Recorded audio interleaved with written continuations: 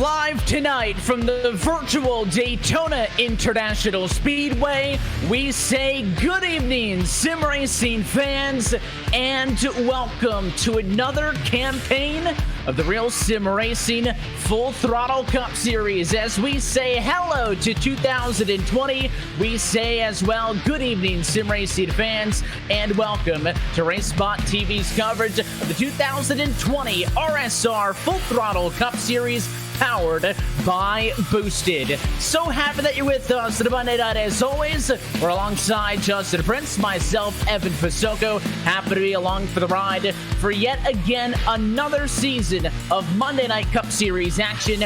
Justin, coming off a few weeks removed from a Winter Series campaign that saw our defending Cup Series champion Andrew Freitas go back into the championship victory lane as we kick off, though, a 30-race campaign here tonight with a whole host of new faces trying to challenge.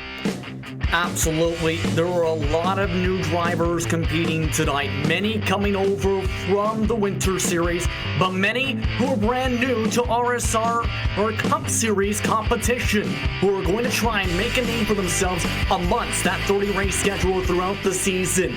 And it's a balance amongst that schedule of battling tracks such as the super speedways of Daytona and Talladega, tracks such as Auto Club, and the short tracks such as Martinsville with the lower downforce in 2020. There's a lot to keep an eye on tonight, with 40 drivers expected to take the grid. And of course, just as it is in a Cup Series competition, of course, trying to get that win to lock yourself into the playoffs. To the right-hand side of your screen, playoffs exactly as they are in the NASCAR Cup Series. However, in this series, it is a 30-race regular season. So with 6 races less, you do see some of those changes left-hand side of your screen over the course of the 20-week-long regular season. But Daytona last year gave us a thrilling finish, and the drivers right now are participating in their qualifying test, Justin. But for those who may not be familiar to this Full Throttle Cup Series as we get set to go at Daytona for the opener, let's talk some basics. This is a fixed setup series, 30 weeks. We do have overtime later on, but it is cup cars and fixed setups, and it is a long season between now and, of course, that finale down in Phoenix this year, come November. So it is certainly going to be a long road to hoe, per se, and it all begins tonight with a plate race, which isn't that much of a surprise. You know, we always say to expect the unexpected when we come into a race like this, but I'm not sure how much that is going to indicate who's going to be the drivers to watch, who are going to be some of the favorites all year, but everybody's got just as good of a shot as the guy next to them on the grid this evening to end up in the playoffs if they can get the first win in 2020. Absolutely. This is 100 laps, 250 miles. And this is the type of race that is looking to be, at the very minimum, a 2-pit stop event. But, as you talked about, with the fixed setup, it's a great equalizer. But, for the driver to come out away with the checkered flag tonight, the best one is going to be the one who has the best balance of managing their speed, managing their strategy, as well as getting the best luck and balancing when they go for the right moves at the right time. If you can balance all of that tonight, Evan, there's a chance we see that said driver take home the victory. And of course, they are going to have to survive to that 250-mile distance. This race here at Daytona, I think, is going to end up being the second longest on the calendar when you talk about mileage-wise. I believe only the Charlotte race mid-season that kind of lines up with the Coke 600 is going to be close in distance. I think that one comes in 249. So you start the season off with the longest race of the year, although when you're out there 2-3 wide, I bet every single lap feels like it's taking a mile, but in reality, these races can tend to fly by, so you may want to be patient early. You can't hang too far back. Yeah, especially when you think about the time with the exact same distance for the NASCAR Coca-Cola iRacing Series event here. That ended up going just under 90 minutes. Here's the thing. That race went essentially green the whole time. The more there's the caution flags, the more there's a chance for attrition. Let's go trackside and take a look at our RacespotTV starting grid. And it starts with one of the new faces, Liam Sheen, on pole position. You see the time, 48.829, good enough for pole. He edges out a series veteran, Daniel Eberhardt, who will have to start in second spot. Rhett McBride going to make up the inside of row number 2. He'll be joined by Trevin Balderrama on the outside in the number 4 spot. And then behind him, Steve Soa in P5. Michael Mosher starts in 6th position tonight with a 48.891 on row number 4. For Bobby Dale Earnhardt's Legacy eSports, Gary Sexton on the inside. On the outside, it's Kobe Buck. Sean Kalis starts in 9th, and rounding out the top 10 qualifying positions is Andrew Pellegrini. Morano is going to be with Kyle Kamer. They'll make up row 6 with Chris Parkman and Scott McClendon in 13th and 14th spot. Kyle Trudell will start in 15th position. Daniel Scott alongside P16. Some more returning faces. How about James Pasquarella Jr., Michael Kaczynski, 17th and 18th. And in the back of row number 10, John Rodden starts 19th. And Thomas George is halfway through the field. Anthony Emery, one of the last qualifiers in 21st. Bradley Burke, 22nd. And Michael Loraya rounds out the 23 drivers who took times. Keep an eye on many of the drivers starting from the rear of the field, though. Andrew Freenosh, Malik Ray, David Washington, amongst the many drivers who did not take times. Also keep an eye on Sam Nieto, a strong run of the Winter Series, starting alongside with Jared Mogart in that grouping. Eric Stanford, Adam Benefiel amongst the drivers who will be amongst the top 30. Continuing on through, Brian Chambliss starts 31st, Jada Parrish 32nd as the field rolls off of the pit lane. Jonathan Cadell, winner of this race in 2019, has got a lot of work to do with Brock Drury, Grant Davis, and Steve Durham 35th, 36th with Nick Caldwell, Jacob Bradford, and Blake O'Connell through the field. That is a look at the 39-40 cars that roll freenage all the way in the rear for this one. Of course, we talk about Daytona International Speedway, 2.5 miles in length, which means that, of course, 100 laps, 250 miles to get to the end of this one. But of course, it is those high banks of 31 degrees that makes this race such an exciting one. It is afternoon conditions here in Daytona, so we'll probably race underneath the South Florida sun throughout the afternoon. But it is, I think, a perfect way to get any racing season started. And as you've seen at the top of the broadcast with the weather conditions, nice and cool track temperatures. Shouldn't be too blistering hot for these tires today, but there is the chance at the end of the long runs here at Daytona. At the exit of turn 2 and the entrance of turn 3, we see some drivers get a little bit light where they have to burp the throttle a touch to make sure they don't get loose if they're on the top line. The question's going to be, though, who will take home the victory here, Evan? Should be a fun one. 2020 RealSimRacing Cup Series is powered by Boosted, the place where gamers and creators go to monetize digitally. The pace car down and in. It's all Liam Sheen up front as we say, let's go racing from Daytona. We're full throttle racing in 2020. And a picture-perfect start for the top 10 drivers, especially up on the bottom side. But when it comes to this package here at Daytona, there's the strong chance we see drivers fighting side by side for majority of the green flag runs. It can be difficult to try and clear each other, especially down the back straightaway. Already that top line becoming formed up. And you can see some cars already looking to the outside, but they're going to stay 2x2 for the time being. Probably won't see that elongated 3-wide battling like you saw in the Coke Series race, as you mentioned just a couple of weeks ago. But I think 2-wide sustained with this package, definitely a possibility. Side by side, first time across the start-finish line, inside better for Liam Sheen. So the pole sitter leads a lap. It is a standard NASCAR point system. Only 2 bonus points are available every night if you lead a lap and if you lead the most laps. Sheen's got 1. Yeah, for many of those drivers tonight, this is a great chance to get those valuable bonus points. So, you mentioned the equalizing factor. Many of those drivers, there's a chance they try and take advantage of that as this race progresses. But already, Eberhardt got a decent shot heading to turn 3. The thing is, though, it's so difficult to get clear up on that line unless you get some help. he doesn't have as much help off the corner. That's exactly what he's lacking now. It's still early on as you ride on board with him side by side across the stripe. Advantage one more time still to the inside line of the racetrack. You got a couple of team cars mixed in. Of course, Steel Horse Racing, some of the veteran drivers, as they say that. Thomas George queued up on the driver chat talking about some drivers. Those are, of course, always drivers to keep a lookout for on the racetrack. You also have a lot of good team qualifying efforts up front for subpar racing. The likes of Valderrama, Sola, Mosier, and Pellegrini all close together. They got 4 of their cars top 9 in a queue for this season opener. So that could be a team to work for on the plate tracks. Of course, teams are important anywhere, but on a plate track, they're that much more critical. Yeah, but teamwork and communication amongst those drivers is so crucial to figure out where do you want to be for what portion of the race, what line do you want to be. When you plan to pit, all that communication ends up working dividends when it comes to super speedway racing. And don't forget, mind you, Evan, teams such as Aegis, we've seen how strong those cars were in 2019 in the Cup Series. Keep an eye on those drivers. They are a majority of the drivers, in fact, in the back half of the field. Yeah, so it looks like they want to stay back and not get up into the mix. Of course, your defending series champion Andrew Friedrich started in the very back in 40th position.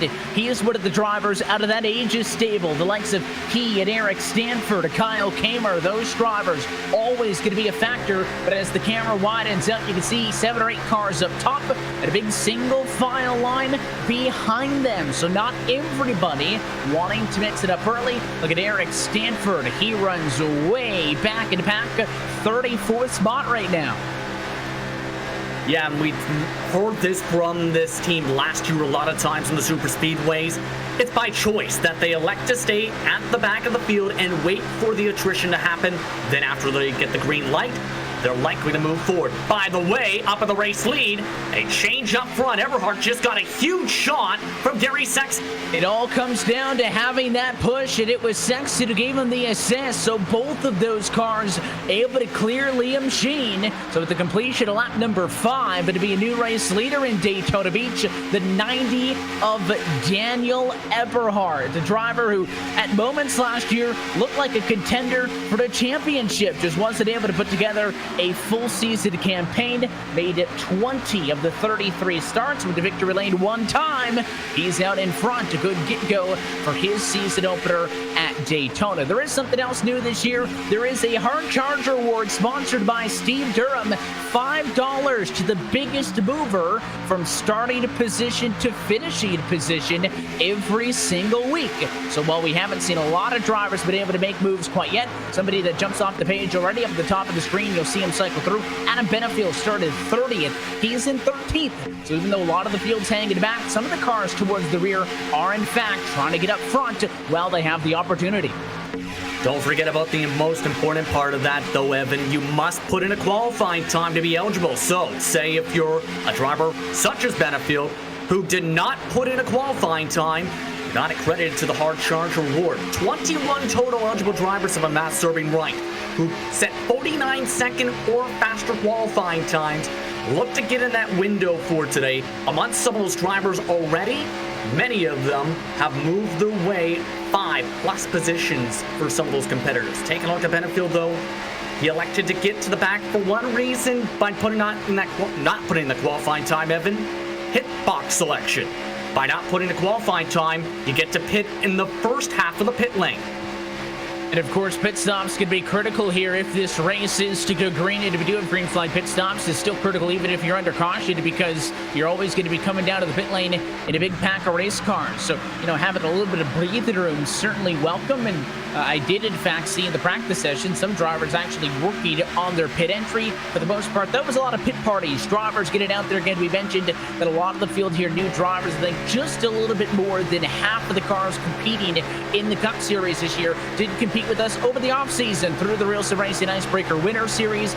So there are some new faces, some drivers as well who have competed at RSR before, just did not compete either over the winter or in the Cup Series last year, that are getting reacclimated to some of these drivers. So those pit parties and those big packs when we say pit party, basically everyone going out onto the racetrack together in practice, getting in the draft. A good way to get familiar with the drivers that you're going to be spending the next 29 weeks with. Still Everhart out in front. The advantage for the inside line, about 2 car lengths, as Colby Buck now leads the outside line, but a car length and a half off of the lead. Yeah, that top line starting to dissipate a little bit the past 5 laps or so. Only about 7-8 plus competitors are staying up there, and they're not as quick as they were before. They're electing to stay a bit more further behind, in part to cool off their engines, because in the fixed sets, you still have the potential of overheating your engines. The other point, too, is many of these competitors who are staying inside that line and not electing to race and race hard early are thinking, I want to be able to save fuel to be able to put myself in the best situation possible to make that 2 stop, because there were some drivers, mind you, a couple weeks ago here at Daytona who had to save fuel. The fuel mileage, if you save, is about 36 laps or so here at Daytona. If you lead all the laps, you only get to about 33. And 33 would be just on the bottom end of a fuel window if this race were to run green, just because, of course, you're trying to get to 100 laps. You can split it into thirds. Everhart, who fought so hard to get to the race lead early, looks like he wants nothing to do with it now. He'll go to the outside line to stick the parachute out of the back end, and he is going to drop, maybe not all the way to the rear, but at least out of this main picture. He's not the only car on the third line. Looks like the 42 machine of Tom Moreno to do the same. Not everybody wants to be up in the thick of things all night long. He secured a bonus point. Maybe that's all he wanted to do. I think that's exactly what he might have wanted to do there. Now he's going back towards some of his fellow teammates in the back half of the field and trying to migrate that way, work back together. The thing is, though, it's going to be difficult to get himself back on the same fuel number, because it will take him the whole entire run of saving potentially to get himself to the exact number of gallons in the tank to his fellow competitors in the back half of the field. You can save more fuel by being in the back part of the field, mind you, where you're only going to say half throttle compared to up towards the very front where you might be going 99 or 90% throttle and not full throttle to fight for these positions up here.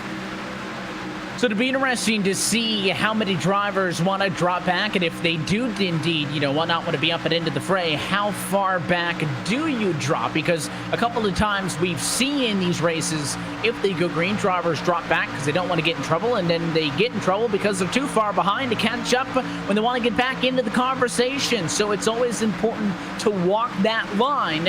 At least the cars up front, well, yeah, we are 2 by 2 and jockeying for position. The last time by 15 cars. Oh, look at this. Off before it's Sheen, your pole sitter. He just got all kinds of out of shape, and he still can't hang on. That's Valderrama actually crashing hard to the inside wall. He had just elected to drop to the back. I don't know what just happened. It looks like he had some sort of technical issue with the steering wheel. And he had some sort of problem. Yeah, he had just chosen just that back straightaway. You see him go underneath that double yellow line to drop back, to go to the rear of the field in the O2 machine, and just seemed like once he got into turn 3, it's like he either got stuck on the apron or something just happened to his equipment. He certainly pulled out a lot of it. He was in a fine position. We did see some drivers dropping back. The 47, though, right there is a teammate, so I'm not sure, that he would have dropped the back without Pellegrini also dropping back. So I have to think it was some sort of an issue with Valderrama not being able to see or something with the wheel, but he was able to get it down and onto the apron, but we caught it, and I thought it was your pole sitter, Liam Sheen, but it was indeed, as you mentioned, Valderrama there, both all black cars with the 2 in the number, and then you can see right here just turning left. I think it must have been a screen going out, so the safe thing he did, turn it left to make sure he doesn't go up on track, and unfortunately for him, that puts him into the wall. No caution, we stay green, but not the way that he wanted to start his season after qualifying in 4th. Yeah, that is a weird one to say the very least, and unfortunate for him, he's going to looking at that car, have severe engine damage. So even if he gets back out there, he's going to be very much down on speed and multiple laps down. He is one of only 2 competitors off that lead lap. Him and Anthony Emery, who elected to start at the back of the field, did not take the grid, rather. Elected to go from the pit lane, hoping there would be an early caution. He didn't get that. So that's sometimes where maybe overthinking things can hurt you. And of course, he is in this lead pack, drafted with everybody. And the number 4 machine, he's got the Ally Financial colors on that Camaro, but he is a lap down, first car lap down, so it would be pretty safe if we do get a yellow to be the lucky dog, since nobody else really at risk of dropping back. Everybody else, through Bobby Cheney in 38th position, are still in contact with this lead pack. But aside from that, it's certainly not the way that he wanted his race to get kicked off either. And we can talk about all of the risks at Talladega, the thrills and the spills and everything that could possibly happen. But when you do get good green flag racing like this, it doesn't take a ton of time. So far, so good. 16 laps in, a little bit of a wiggle for Pellegrini on the outside in the 47 car. As all these drivers, again, drafted with, different drivers, different teams, different manufacturers, trying to kind of figure everybody else out still. Yeah, especially since some of the drivers up towards the front are names that are not as well known to some of these competitors potentially within our team. And looking like these drivers looking fairly calm for the most part so far, outside of the ones who are looking to gain some valuable track position. Benefield, we talked about him before, plus 22. But Michael Kuczynski, one of the top hard charger eligible drivers inside the front of the field, he's in the top 5 of that bottom green and black car.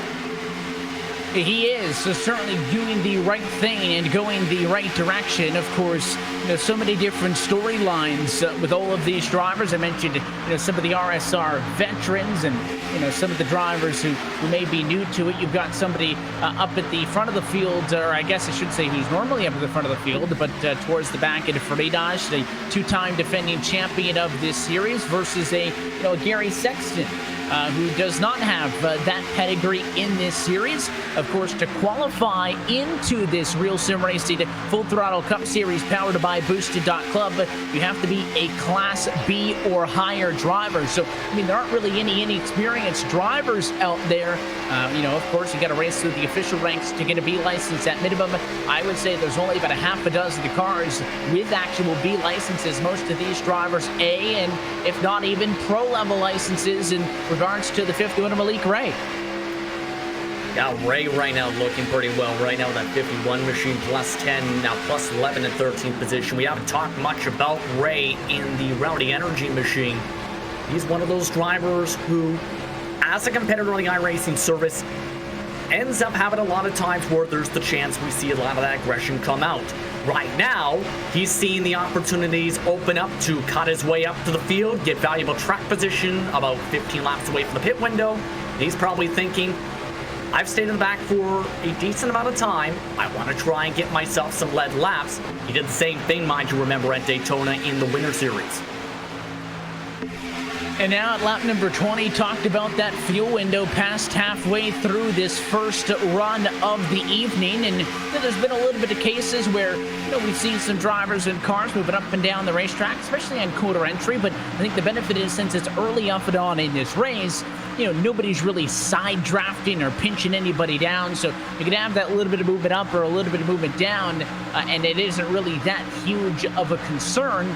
You did see on that last wide shot that things have opened up just a little bit. That lead pack, where they are still wanting to fight 2x2, they have pulled away a little bit from the rest of the field that is taking it easy and hanging it back. And you can see right there, 2 wide, about 7, 8, 9 cars up on the outside, and then it really does start to string out a tad bit. Back to Steve Soa, I think, first car single file in 19th. He's with teammate Michael Mosier.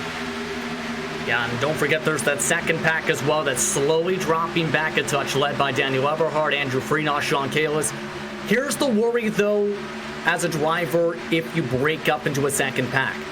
You end up having potentially, first off, 2 lead cars, but second, it becomes a task to try and catch back up to that pack, because you need to have the right amount of speed in the numbers. Right now, they're actually getting a little bit quicker compared to the first group all of a sudden by about 4 or 5 miles an hour entering the corner at the moment. If they have checkups in front, they can close back in. However, if they lose ground by the drivers in front going 100%, that's where the panic can potentially settle in as they go 3 wide. Rewind to the outside, it's Bradley Burke. He has been kind of the instigator in all of this. You can see the 95 up top being pushed by the 2 of Sam Nieto. When this backpack was kind of lollygagging and I think losing the time that caused them to fall back, the 2 and the 95 kind of got hooked up with each other and they went 3 wide through the middle, blowing past people, saying, let's go, guys. And just like that, Burke and Nieto now basically lead this pack. That 90 machine of Everhart on the bottom, who dropped the back after racing his way up to the race lead from the outside of the front row. He's on the bottom, can't really contend, and I think it's the tenacity of those cars up top that is going to give this line a chance of catching the leaders. You know, they're 3 seconds off of the top spot this time by. Scoring updates 2.8, even 2.5 for Burke, but you know, it's not even that bad. You don't need to make up 2.5 seconds. The last car of that lead group is only a second up the road, so if they keep the speed up, they should be up there in no time. And maybe now dropping down to the bottom and single filing things out may help. There's only 2 cars left on the outside there. My concern would be more, though, are you within a second or so of the car in front? You can reel them in by, at minimum, about 1.5 seconds or so, and start to pick up the draft of the cars in front. But if you don't have, say, the 54 machines draft, that's where the pack is. Thanks in part to what work they were just doing, they're within that range to keep that whole second group within that draft, and now just about everybody is back within that range to keep within the rest of the top 20 now, because the work we just seen from the top line helped close that bridge between the 2 of them. And that's big, especially coming up to the pit stops, because if you're disconnected going into the pit lane, it's going to be a whole lot worse coming out. I mean, you know, you don't even need to necessarily have a bad pit stop to, you know, lose touch with the lead pack, but if you don't have a great one, and if you just happen to blend out with less cars, or, you know, not as many drivers off the pit with you, it's that simple that you're out of the draft. So you need to A, execute on your own, but also B, hope that you have help coming down to the pit lane. If it's not a teammate that you're pitting with, you may not have a big heads up on it. If the group pitting down is going to be 5 cars and the group next lap is going to be 15, it might be a little bit more sketchy coming down with a lot of cars, but you need that drafted help to get back up and onto the racetrack. And that's why in every facet of super speedway racing, you got to be good, but you also got to be lucky. Exactly, and you have to be able to be in the right place at the right time to be able to have said luck. Say, there's 2 different philosophies. There's, you want to be in front of the wreck or behind the wreck. Many drivers prefer to be behind it because there's the chance they can avoid it by ducking out of the way. You need to be lucky, though, to be in front of it or not because of the caution flag, and that's where that balance comes on in. So at this point, though, I think some of the drivers on the top line want to start going a little bit and start to get some bonus points. Sexton's led for the past 10 laps or so. Buck might have a chance to change that with some help. The 47 machine have Andrew Pellegrini's on his bumper, so like we saw when it was originally Everhart who went to the race lead and several drivers thereafter, they're going to need a push on the outside. He's going to need some help, and the 47 hasn't looked all that comfortable with the 34 so far tonight. He and McClendon, though, seem to have been pretty lockstep with each other, but I don't think the 47 wants to be that aggressive, so I'm not sure if Buck's going to get the push that he needs. And look at the move by Liam Sheen. He'll go to the outside. Did he go too high, though? No, the 34 is going to pick him up, and after bailing on Sexton, Sheen wants to go back to the lead. Now he'll get hung out to dry.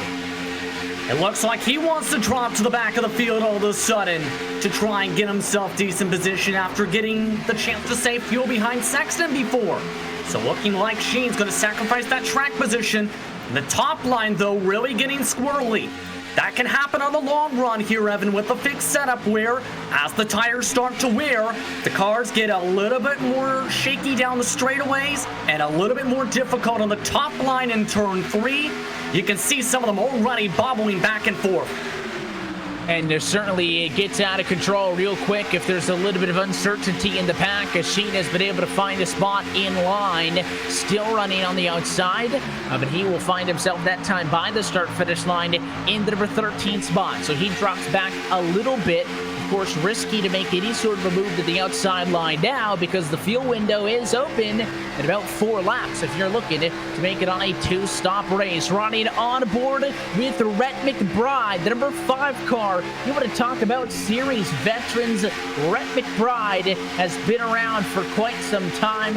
You know, this driver competed for so many years at RSR, 4-time race winner and 142 career starts. That puts him 4th most all-time for starts in the Cup Series. Second in line on the bottom behind Sexton. And he's been having a quiet race here too, Evan. Just been continuously running in the 3rd position, almost like everybody's friend it seems. He's been the pusher for the most part for the 1st or 2nd car on that bottom line. But in turn, I think he's in a great position in the early going of this race to be in contention depending on how things shape out as this event progresses. If he can keep the track position, it's really going to help him potentially add to those totals. There'll be 3 cars on the outside. There's a little big bobble there from the 47. You know, how much longer do you give to this outside line? If I'm the 34 machine to Colby Buck, I'm probably telling myself, listen, I still think I can get to the race lead. I just need that little bit of drafted help, the drafted help that he has yet to get thus far in this race. But if I'm the 47 or the 22, I might be a little bit more concerned because I'm not sure I'm going to get to the lead to be able to drop down to the inside like immediately in the next couple of laps. So at that point, then either you A, wait for the cars at the bottom to just pit, then come down, or B, try to find a spot. Nobody's stressing quite yet. 31 laps in, no takers on pit stops at the moment. I would go with option B, to be quite frank, because you don't want to, of course, pit from the top. So if he finds an opening, I wouldn't be surprised to see him and many of the others, such as Pellegrini and McClendon, to duck their way down to the bottom side to put themselves in the best position for the pit window. There's a thing to note, though, Evan, when the timing is for when these drivers come down. The earlier you pit, the more likely you'll come up in the front. However, you'll have less fuel in the tank for the second and third and second stop at the end of the race. So many drivers might prefer to sacrifice track position, yes, drop towards the back a little bit, but in turn, they'll have the fuel advantage for the second stop. And these are all the different things that drivers are going to take note of.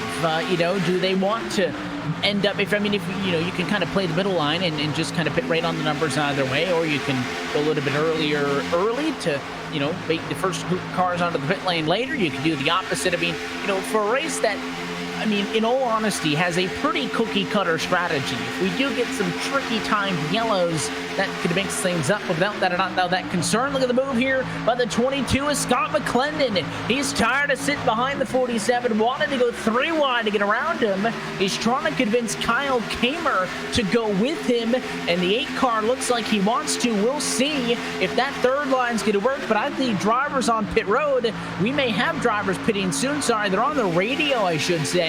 Now's not the time, but we are 3 wide for the race lead. McClendon pushed by Kamer. And they're getting a bit dicey on the second and third line, already drifting up a little bit. That 47 trying as hard as he can to side draft these competitors, but having to hold on as much as he can. It's so difficult if you get 3 wide in the fixed setups because there's the chance you can dance around. And now they're making contact. McClendon's gonna get turned. No caution. We stay green after contact in the back.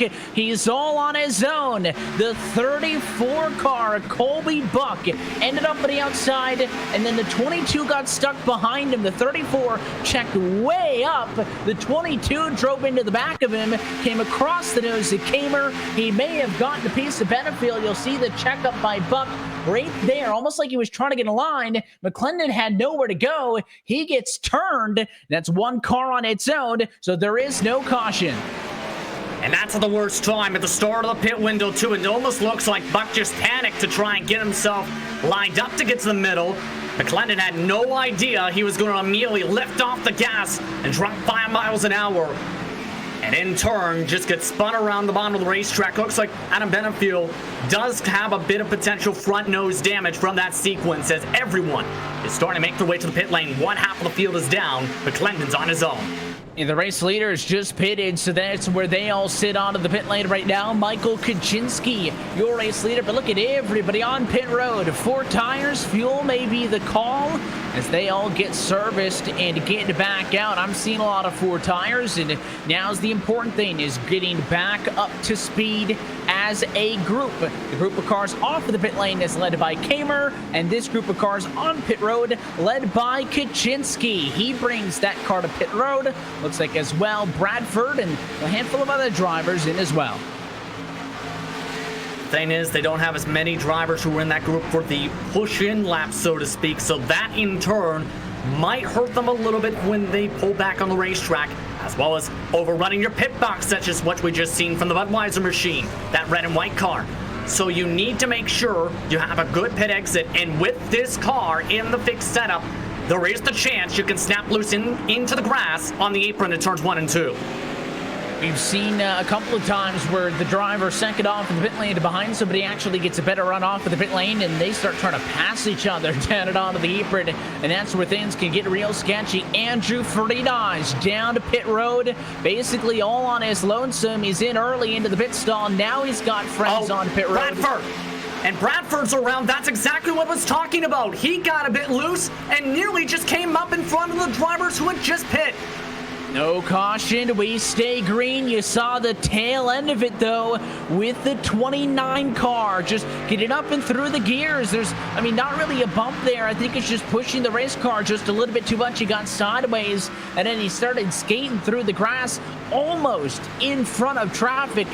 As you mentioned, Justin, we're about 4 feet away from a big mess. Instead, no yellow, we stay green. I think the final group of cars off of the pit lane, and that may just about do it for a wild first cycle of pit stops. And just Grant Davis and Brian Chambliss yet to take service, but those drivers, pardon me, everyone has indeed taken it, pardon me, but many of these competitors are spread out by decent margins here. Taking a look right now, though, this is the first group, and many of these drivers actually gained net time. These were some of the drivers like Eberhard and co. who were a part of the second group. About halfway through the first stint, now they're the head of the lead group, and Eberhard wants his lead back. They had actually dropped the back away for the race lead, and look at the separation now. I mentioned that there was going to become a point where we saw the breakaway, and there it is. Lead pack that I think is 10 cars strong through Jonathan Cadell. So those top 10 have pulled it away by a significant margin over everybody else onto the racetrack. And it's not like that these cars have yet to pit. They all pitted at lap number 34, crossing over to 35. Somehow they find themselves 2 some odd seconds away. And there's the push to the race lead. Chambliss in front in turn 3. But here comes Sexton. He'll be pushed by Eberhard. They'll challenge to the outside. And Sexton really wanting to flex those muscles in that Abruzzi racewear machine to try and get himself up to the front. Yes, indeed, back up to the point, Sexton. But this has just been the type of race we've seen so far from that 13 machine to look to have a good run early. But Eberhard, he's got a good push still on that top line.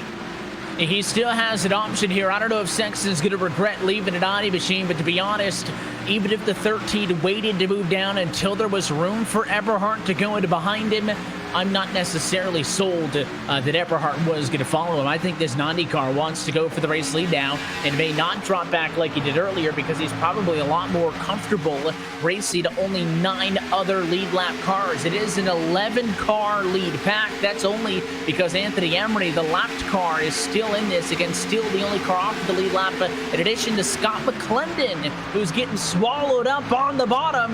There's that 22 machine who got turned a little bit ago.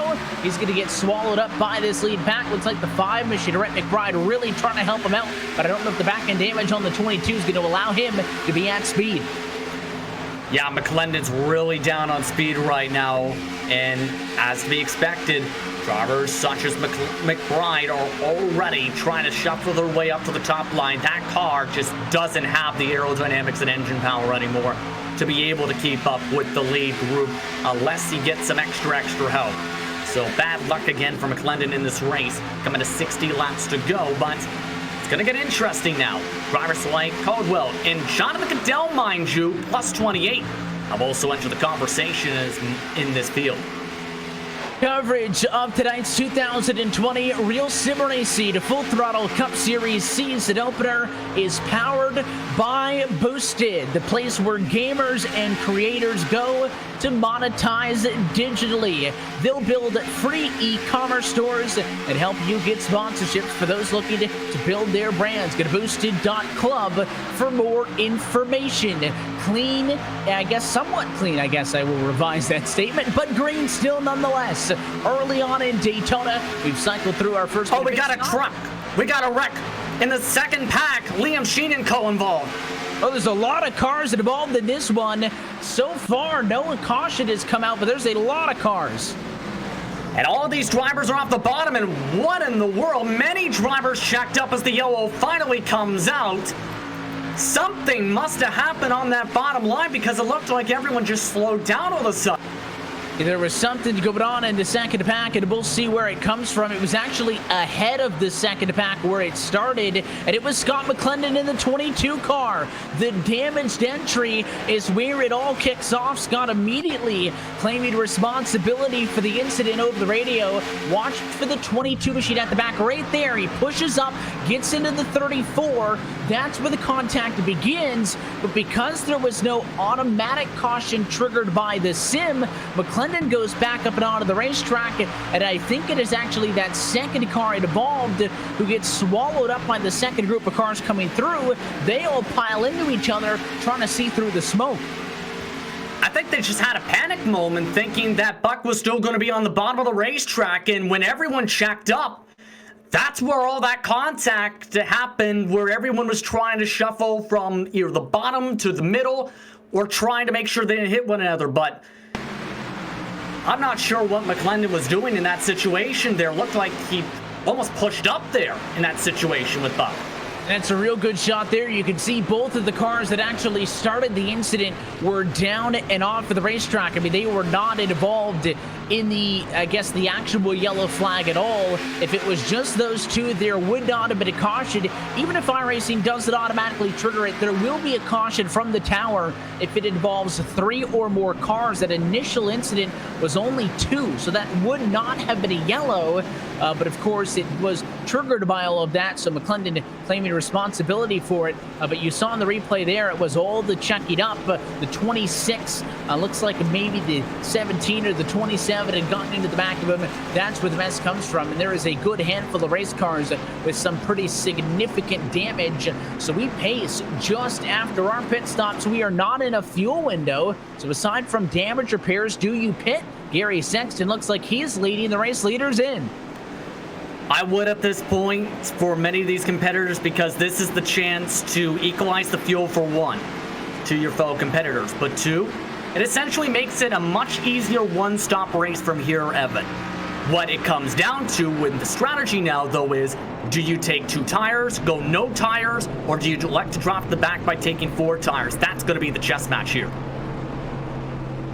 The race leaders down to pit lane. Of course, they had just gotten fuel and tires, but as you can see with Sexton, at least the race leader, he is going to go for 4 tires, and in fact, he's got to sit in the pit stall. So I don't know if that's going to be a repair or a penalty, but he is not going to be the first car off of the pit lane. That race is going to be won way out in front by Daniel Eberhardt, I believe. Chambliss also way out in front.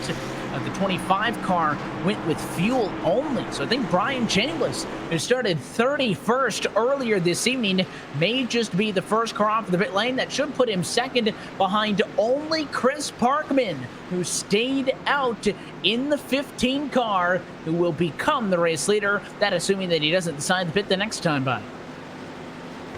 Yeah, might be thinking of bonus points here. So is Chambliss, since it appears... Actually, check that, had a 6-second pit stop, so the shortest pit stop out of all these competitors.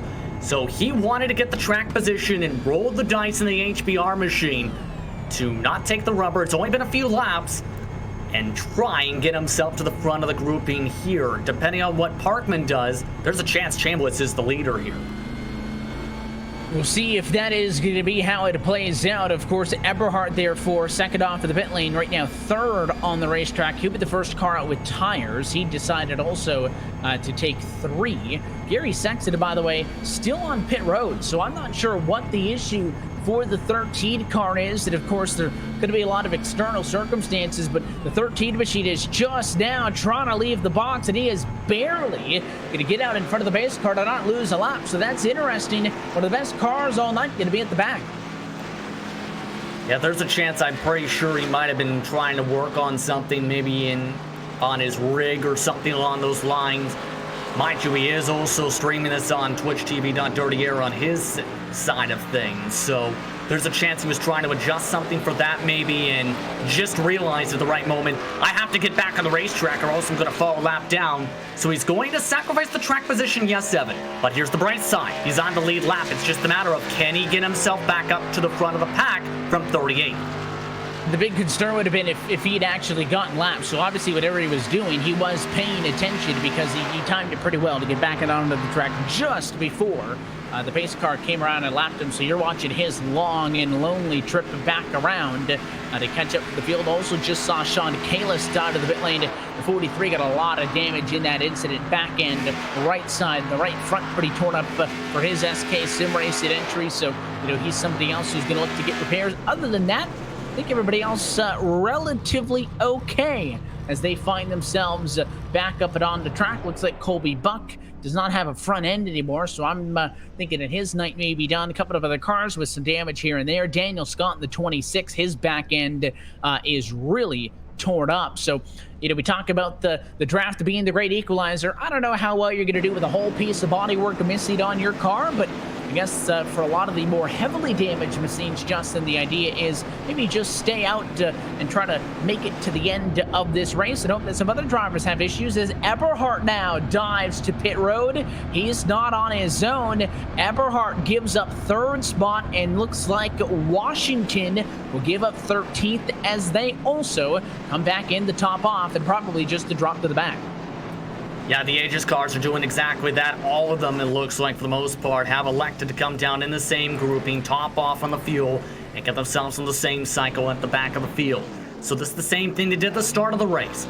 Looking to play it safe and hope that calamity happens in front instead of them being involved in said calamity. But I'm curious to see what happens, though, with drivers such as Chris Parkman at the front of the field, because he didn't elect to come down, so the 15 machine, he's on a couple lap different cycle on the fuel. And in turn, if we go green the whole run and he doesn't have anyone to pit with Evan, there's a chance he's a sitting duck. And that is always what you need to be worried about, because at most racetracks, you kind of want to be on your own. You want some space. You want an island. Not at Daytona. I know it'll get your heart rate going, but you do need help, and you need other drivers around you to be a part of the mix. The lights are out on top of the pace car. Scott McClendon claimed the incident. That is a end of the longest line penalty, as well as a penalty point. If drivers accumulate 7 or more penalty points, they are suspended for a week. Although McClendon is lapped down, so he doesn't have to worry about getting sent to the end of the line. But that's your first penalty point, first yellow in the books for 2020. So now we'll see as we approach halfway. Does this race start to get out of control, or are drivers able to settle back in and kind of snap right back into the rhythm that we had thought we were in once we got out of that first cycle? The green flag pit stops. The pace car's down and in. It is Chris Parkman who stayed out in control. Green flag back in the air with 54 laps still to go. And a good push on that bottom side to start this green flag run. Now it's going to become the question, who will be the drivers who elect to stay up towards the point? Who will be the drivers who elect to maybe save and try and stretch the fuel as much as they can in terms of strategy already? That top and bottom line splitting up a little bit in various different groupings as drivers try and figure this all out. You can see Chambliss being pushed by the 2 machine up top. And little bit of an interesting mix here towards the front of the field as, the two cars try to mix things up. I believe that it'll actually be Calder, the 7 of Kyle Trudell, up on the outside line in the number 2 machine actually this evening, but official scoring going to have him as the number 7 who runs in P4. Malik Ray race high P5. You can see him in the Rowdy Energy machine, 5th in line up top. We saw him on the initial start, took the outside line about 2-3 laps to build up that momentum, but the inside ain't all that tight together. So I'm not convinced that Chambliss ain't got a real shot here as they race down the super stretch. Trudell's actually committed, it looks like, to trying to see what he can do with Chambliss here. The thing is, they can't hook up and bump forever, maybe for a couple more laps. Then eventually, that Miller Genuine Draft machine is going to have to back off the gas and try and let the nose breathe a little bit. There is a different way you can do it while trying to bump, but it does take coordination. Some drivers might try and bump offset to the right. What I mean by that is line it up to the bumper. However, it is towards the right center side of the bumper where it leaves your grille open and allows you to cool off the engine. On these cars, depending on your manufacturer, that's where the opening is lined up on the tape. Look at the 17 machine now. He'll go to the outside. Got a little bit loose from the bump by Chambliss, but he's got a great push down the back straightaway. It'll push him all the way to the race lead. So Caldwell now in front from the 37th of a 40-car grid. He leads for the first time at a turn 4. Good execution that time from Caldwell to play the lane, see that the momentum was coming up high, and said, you know what? I may as well take the lead in my Georgia diecast machine. That's exactly what he's done. But it's easier said than done to keep that because we've seen that from Caldwell. What stops Parkman from trying the same idea? But now certainly he may have an idea if that's what he wants to go for now that he's seen that it can work out. So for Parkman, that wasn't and it will not be as well moving forward. The first and only time that we'll see a second car line jump out. I mean, even look at Malik Ray. He's up at a third lane by himself. I mean, these drivers aren't necessarily dependent on track position and help to make some of these moves. He's not going forwards really at all, but he's sitting pretty steady. He's a 47 machine, 6 of those in, and we're now 3 wide. Malik Ray is going to be a loser at all of this as he'll drop back a few spots. I think he's just electing to maybe go more towards the middle of the pack and from seeing what's happening here. It is somewhat doable to get that top line to work with only a couple cars, but you need to be very good at side drafting. It's more difficult in the fixed set, and more drivers are indicating, it seems, that they want to get away from the leaders in this pack.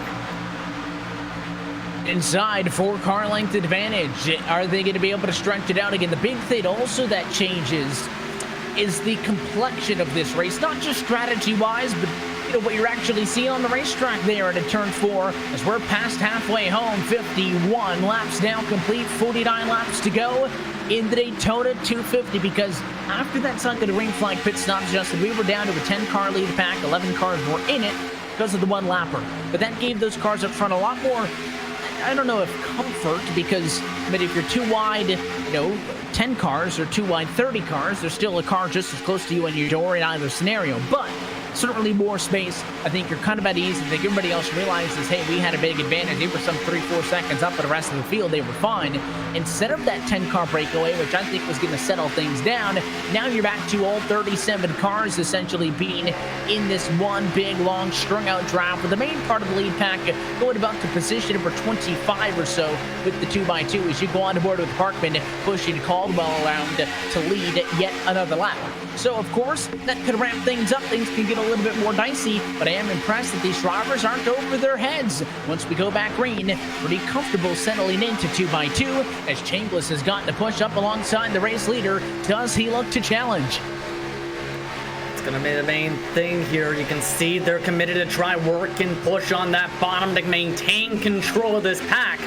But Brian Chambliss, he's got Kyle Trudell that's wanting him to go up to the point at this point. So it's going to be the question.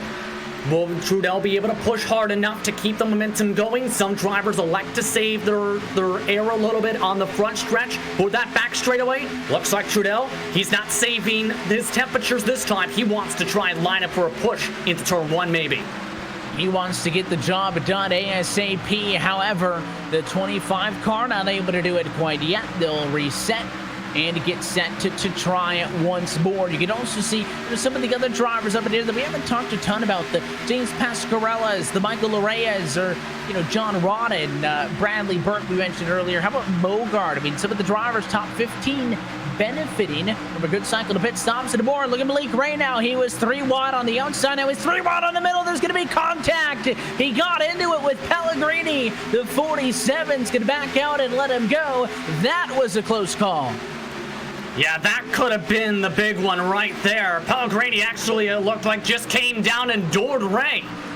He had a lot of room. Might have thought he was a little bit closer to the wall than he was, and just doored his right rear quarter panel, right rear fender rather, and crushed it in. So now Ray's got a little bit of aerial damage to deal with for much of the rest of this run by trying to be that little extra bit of aggressive that we know Ray can do in this Cup car. He's got that little bit of damage. Pellegrini is also going to be working with left side damage of his own. So far, it doesn't look like it's going to be a huge detriment, but with that little bit of a difference, be a decision maker or a difference maker, come looking to the outside, trying to win this race on the white flag lap. You still got 45 laps, though, to think about it. Plenty of time. And again, the pit stop really didn't change a whole lot in strategy. Even though everybody else came down and pitted, they were not going to be going 55 laps to the end of the race. So you're still looking at a one-stopper at this point. So still not in a position where you could win the race. As you see the 43 machine of Sean Kalis to go back on the outside. He will fall to 2 laps down, joining McClendon and Valderrama as the only drivers laps down. Looks like Valderrama actually, since we went to that caution flag period, has gone behind the wall. He will be the first DNF of the year. Take a look at this. All of a sudden, Parkman, he wants to lead that top line. So that Budweiser machine in the Dale Jr. paint scheme, he's been looking to try and stay up at the front by that strategy call from before. And now he wants his lead back, it looks like.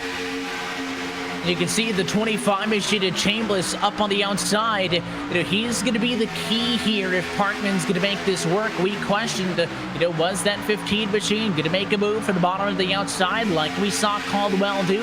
He did. Wasn't necessarily timed perfectly off of the bat. Wasn't able to make the pass, right when he made that transition. It gets about a half a car length clear down into 3. Nowhere near enough, though, to drop down.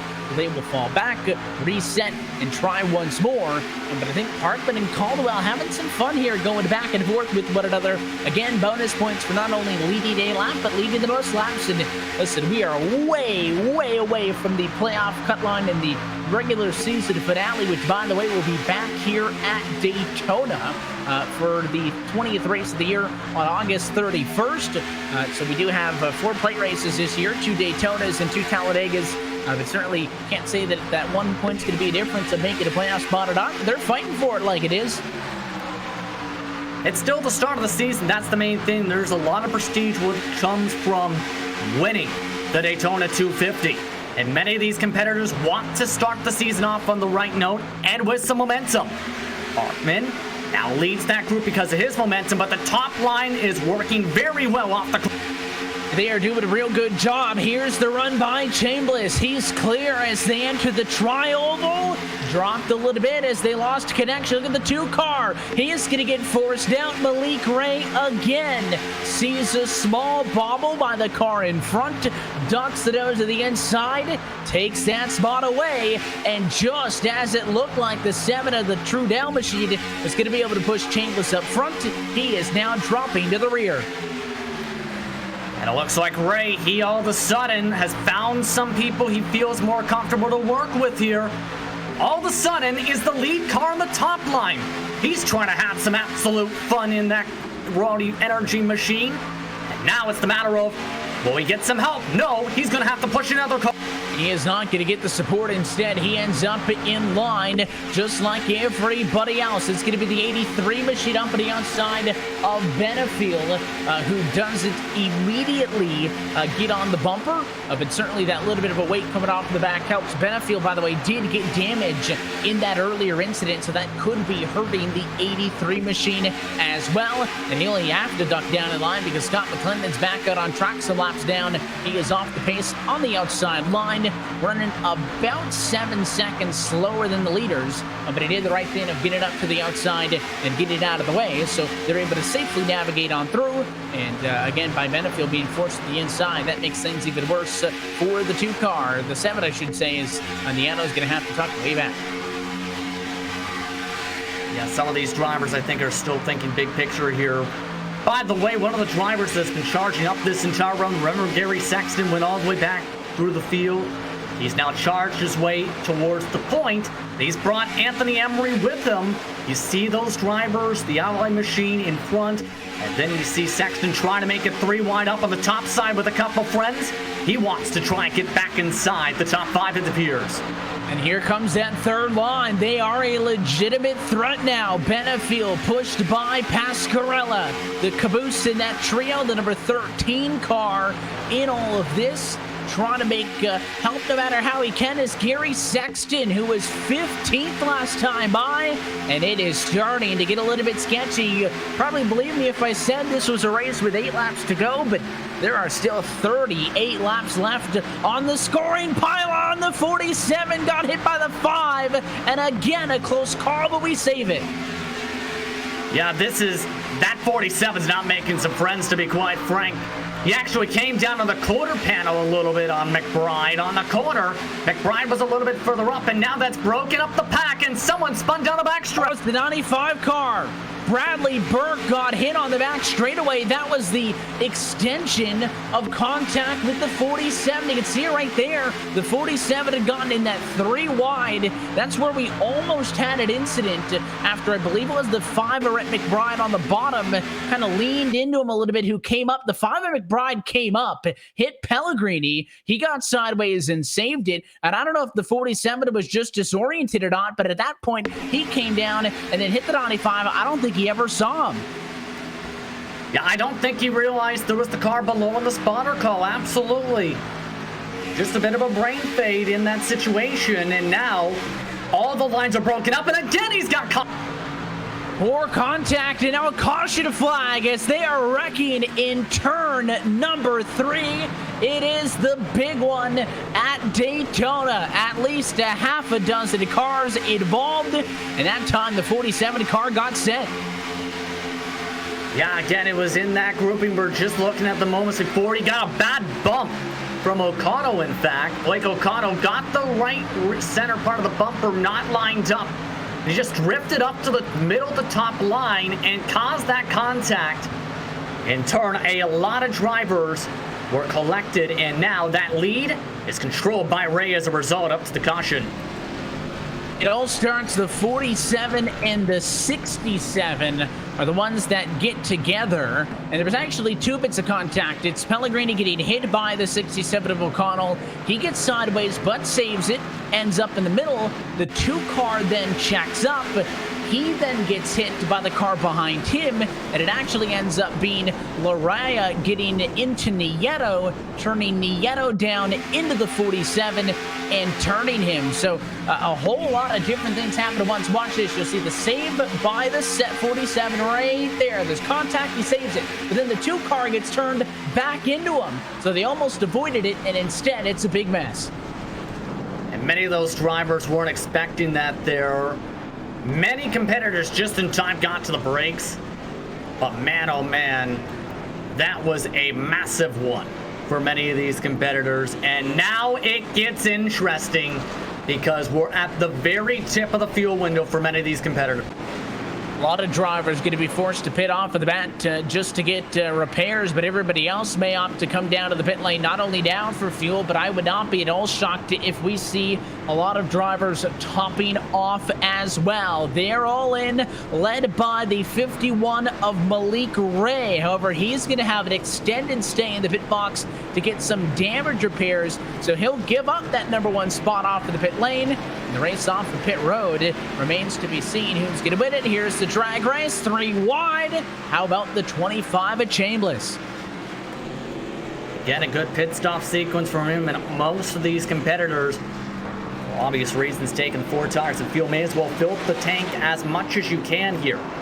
But now, at this point, it could be anyone's race. because we've seen how crazy it can be in towards the track position, yes. But at the same time, there are a lot of drivers who are willing to fight now. And now that many of the drivers might feel they may be able to make it, that intensity level is going to go up and up from here on out, Evan.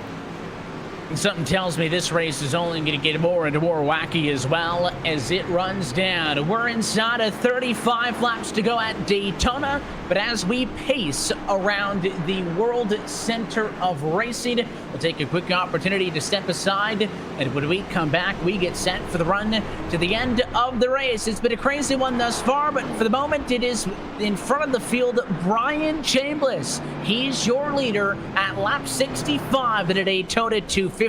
You're watching the season opener, the 2020 RealSimRacing Full Throttle Cup Series, powered by Boosted.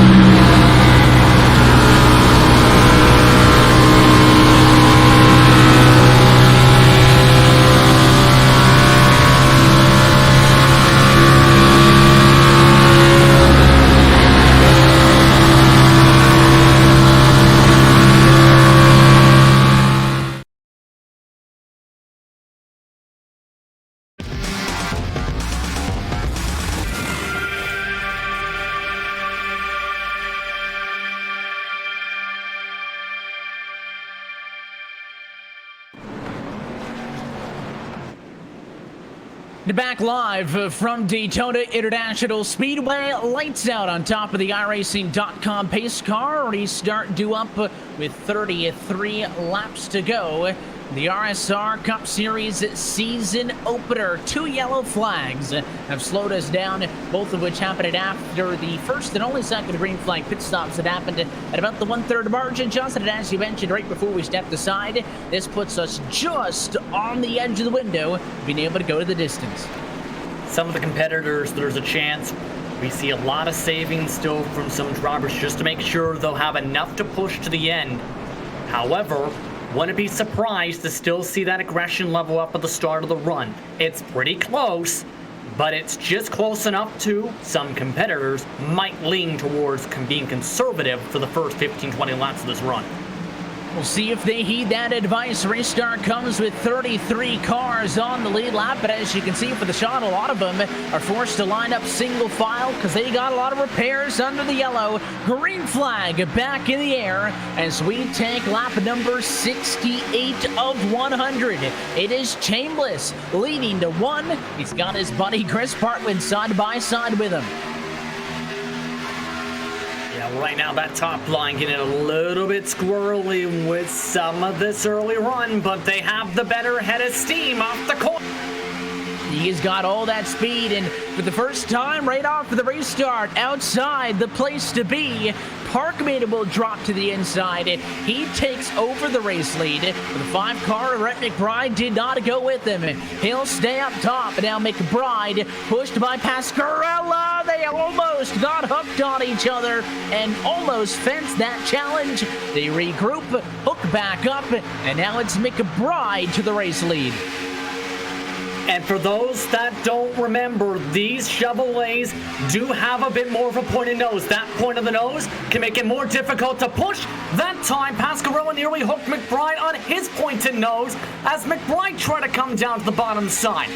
In turn, it's harder to bump trap with that nose, and there's more of a chance you can push them the wrong direction or hook them. And that's something that Chevrolet tried to work on for the 2020 ZL1 body style for the NASCAR Cup Series. Again, just a very minor change from this 2019 model that you're seeing on track right now. Pascarella with a couple of close calls, but based on what I've seen, it is not going to scare the 77 away from being aggressive. Here comes Parkman, though. He'll go right back to the outside, and instead of fighting Chambliss this time, they'll try to work together. Not really hooked up quite yet, but it is basically only the 15 and the 25 up top. We're 3 wide further back in traffic with Kyle Kamer in 11th position, but it is single file in front as here comes that duo. They'll go to the race lead. It's Parkman to the point. Yeah, Parkman quickly getting up to that front, but to go back towards that line you were just referring to, it shouldn't be a surprise that Adam Benefiel is working with Malik Ray. Benefiel, a veteran who wasn't a part of the Coca-Cola Series this season, working with Ray with a massive boost. 3 wide as Ray is going to push Benefiel all the way through. That's about 5 lead changes in 3 laps off of the race start, and you can see even when they weren't well coordinated to begin, the second you get 2 cars hooked up, they fly like a rocket ship, and that back end damage on Benefiel obviously isn't hurting too much as that car looks stout going to the race lead, but it is not going to be as simple as going to the front, running 1-2, and maintaining that through the end because the 25 already back this time being pushed by Sexton. The damage in that regard, I, again, as a driver, am more concerned if it's on the front nose because you have to worry about temperatures. You have to worry about the ability to suck onto the cars in front, and Ray's actually ditched the driver with the back-end damage to work with Sexton. Yeah, look at the 8 car. I mean, he went way up to the outside all on his own there as they end up 3 wide, and Malik Ray and Sexton down, the new dynamic duo. Again, Malik Ray will push somebody to the race lead. In this case, it is the 13 machine, but he's not going to stick with them. He faked him out. Malik Ray drove down about a half a lane, went right back up to the outside. He now wants to work with the 26 of Daniel Scott. Oh, and the 25 goes around. Brian Chambliss spins. He's all on his own. He'll come to a rest at pit road entry. No caution. Bobby Chaney off in the grass as well, going to lose a lot of time. Bad timing and positioning for that contact, really, where it just looked like Chambliss just got loose on that bottom side. But the rest of the pack, it's going to get interesting because it almost looks like here, Evan, that Malik Ray is more so trying to find drivers who will help him get to the lead, not necessarily drivers he wants to work with. If he's got somebody he feels who's got speed, he's going to give him a shove. If he feels there's a car behind him who can give him some good speed, he'll work with them. And we'll see how this affects everybody going forwards. But of course, the big thing to keep in mind is, you know, we get away with it. But every time we get a close call like that, you would like to think maybe that everybody sees the near wreck, they take it more easy. But then once you get more scared, you're thinking, well, if there's a yellow, I need better positioning. We need to go after it. There's been, I mean, countless times tonight where, you know, 1 car is split out or 2 cars have been in an incident. And again, because all of that happened down below the double yellow line, there was never a caution and we stayed green. But look at the push now to the outside. He's been the assist so many times. This time it's his turn. Malik Ray, he'll go to the race lead, lap 74. Benefield is at this point everyone's best friend. Whoever wants to get to the lead has been working with him to get some pushes lately. The thing is, he's got a friend now. McBride wanting to help him, and Pasquarello joining the rotating door on the top. This is just great racing up at the front of the field. Keep in mind that, again, these drivers feel like they could make it to the end of the race. Thought there might have been a little bit of fuel saving, and I guess that amidst the bowl of this chaos, there could be. But the way they're going now, you'd think this is the run to the end. We still have 25 laps to go the next time by, which means we're no closer, than a long way home. This race still, with a long way to go until we reach the distance. So the way it sits now, I think you're going to have to back off of it a little bit if you want to make it home. 62 miles still left on the board. And you don't forget, you have to think about what if there's a green-white-checkered situation. If right now some of these drivers might not be in the case where they can make on with contact. It's Malik Ray who gets pushed and down to the apron. Benefield made a transition to the bottom. He doored Malik Ray, who hung on to it, and he was able to get that Router Energy Toyota up and into traffic ASAP. But another close call. How many times has Malik Ray had that passenger side of his car door slammed? Somebody's going to end up losing the way they're racing. This is over-aggressive to this point right now. Somebody is going to end up going over the limit the way they're driving. I wouldn't be surprised if some of these competitors back off. But the way it's looking, many are saying, oh, we're just getting started, it seems. Yeah, all of these highlights in these plate races tend to come late. The way it sits now, who knows how many cars are going to be left there. Sexton goes to the outside because he didn't want to push Benefield, but nobody else goes to the outside with him. So he's all on his own on the third lane, and now Malik Ray will push Benefield up through the middle. At this point, you can tell where some of the alliances are coming along. If you don't have friends, well, you're in a situation where you go to the back. If you do find some of them, then you're in the best of positions. Benefield and Ray seem to be willing to work with one another, even with that contact. And now it's the matter of how long will you keep working with the friends before you say, okay, it's checkered flag battle time. More cars now trying to make a third lane. It's a duo. Sexton got picked up by the 90 of Daniel Eberhard. Almost got pinched up to the fence there. Can't tell quite who that is in the middle. It might have been Rodden in the 33 machine. And Daniel Eberhard don't like the looks of it. He was pushing Sexton through the field. Now he says no thank you. And he puts the parachute out of the back end. He bails. It is now only Sexton on that third and very outside line. But Rhett McBride leads. Maybe that's why. Lapped cars, hello. Michael Mosier gonna hold the wall. And everybody gonna get way out of the way, allowing Sexton to drop down so they can clear. Thing is, Sexton dropped all the way to 15th position because of that car up at the top. And already these drivers communicating with one another because there's the chance a few of them who may have gotten some damage in some of the incidents, there's a chance they lose this lead pack because of their aerodynamics being very much differentiated, to say the very least, compared to the start of the race. In turn, there might be the chance some drivers drag the brakes while others try and find their teammates to help them keep within range. And we'll see if some of these cars who are wanting to make that third line work. It looks like Sexton has found a dance partner in Kyle Kamer. I mean, do you really need to make the move now? Is it desperate enough that the third lane is necessary? Still with that time through 21 laps to go on the board. Michael Kaczynski now is out in front. The top 13 cars on track all started outside of the top 10, with the exception of Rhett McBride, who started in third. There is a lot of contention for the Steve Durham hard charger. And it looks like that top line got hooked for the caution flag.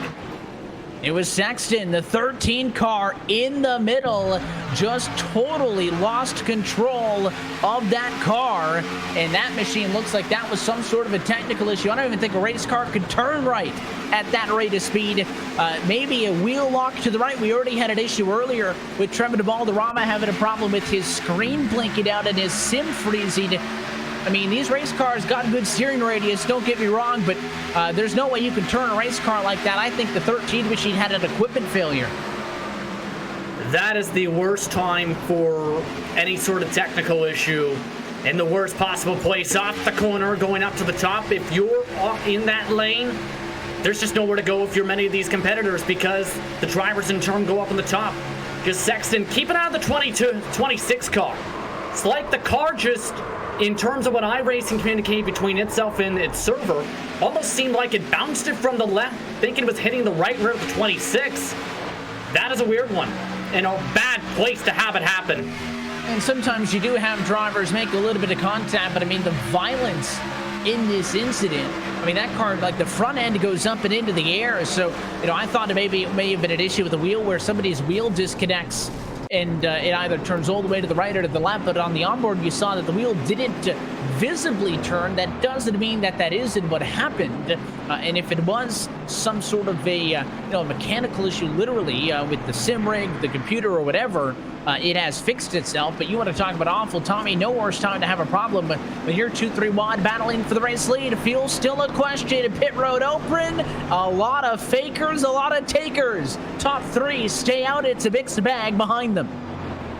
And some of the drivers who are coming down to think about this as well, guys like Mogard, they have a caved-in back end. So this is a chance not just to maybe top off on fuel to be able to push in case there's a GWC, but it's also a chance to repair whatever damage you may have, make sure that car is as aerodynamically sound as you can make it, so you have as much speed to push towards the end. It looks like just 12 drivers elected to stay out on the racetrack on the lead lap. Check that 13 in total now. And with the amount of cars left, that is about a split decision on the pit road with drivers wanting to get service. So Kaczynski was a very late call to pit road. I don't think he was going to make it out of the way, but he thought about it when the cars behind him made the move in McBride and Benefiel. I thought they were going to undercut your race leader, but then they also opted to dive back out. So again, your top three did not pit, and it was almost a 50-50 split from that point on back towards the rear. You're looking at a field that's got 31 cars left on the lead lap, but a race that started green, had all the way through green flag sign on the pit stops, has seen a ton of attrition since then. And the way that incident happened, I don't think quite is fitting of this scenario. Something like that, Justin, it can happen at literally any point in a sim race. However, the way that they were flirting with fire there, I'm surprised it took us that long to get a yellow of any sorts.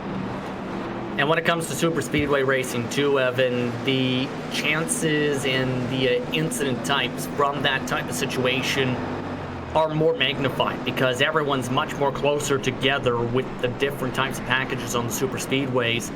So if it happens, it ends up collecting a lot of drivers. And in that case, Sexton just got the worst timing for a situation like that to happen to him and ends up collecting, unfortunately, multiple drivers. So nothing of his fault. But now he is done for the race. He is officially DNF'd his machine. Yes, that car was still driving, but it was certainly not in racing conditions. So Sexton is going to hide behind the wall.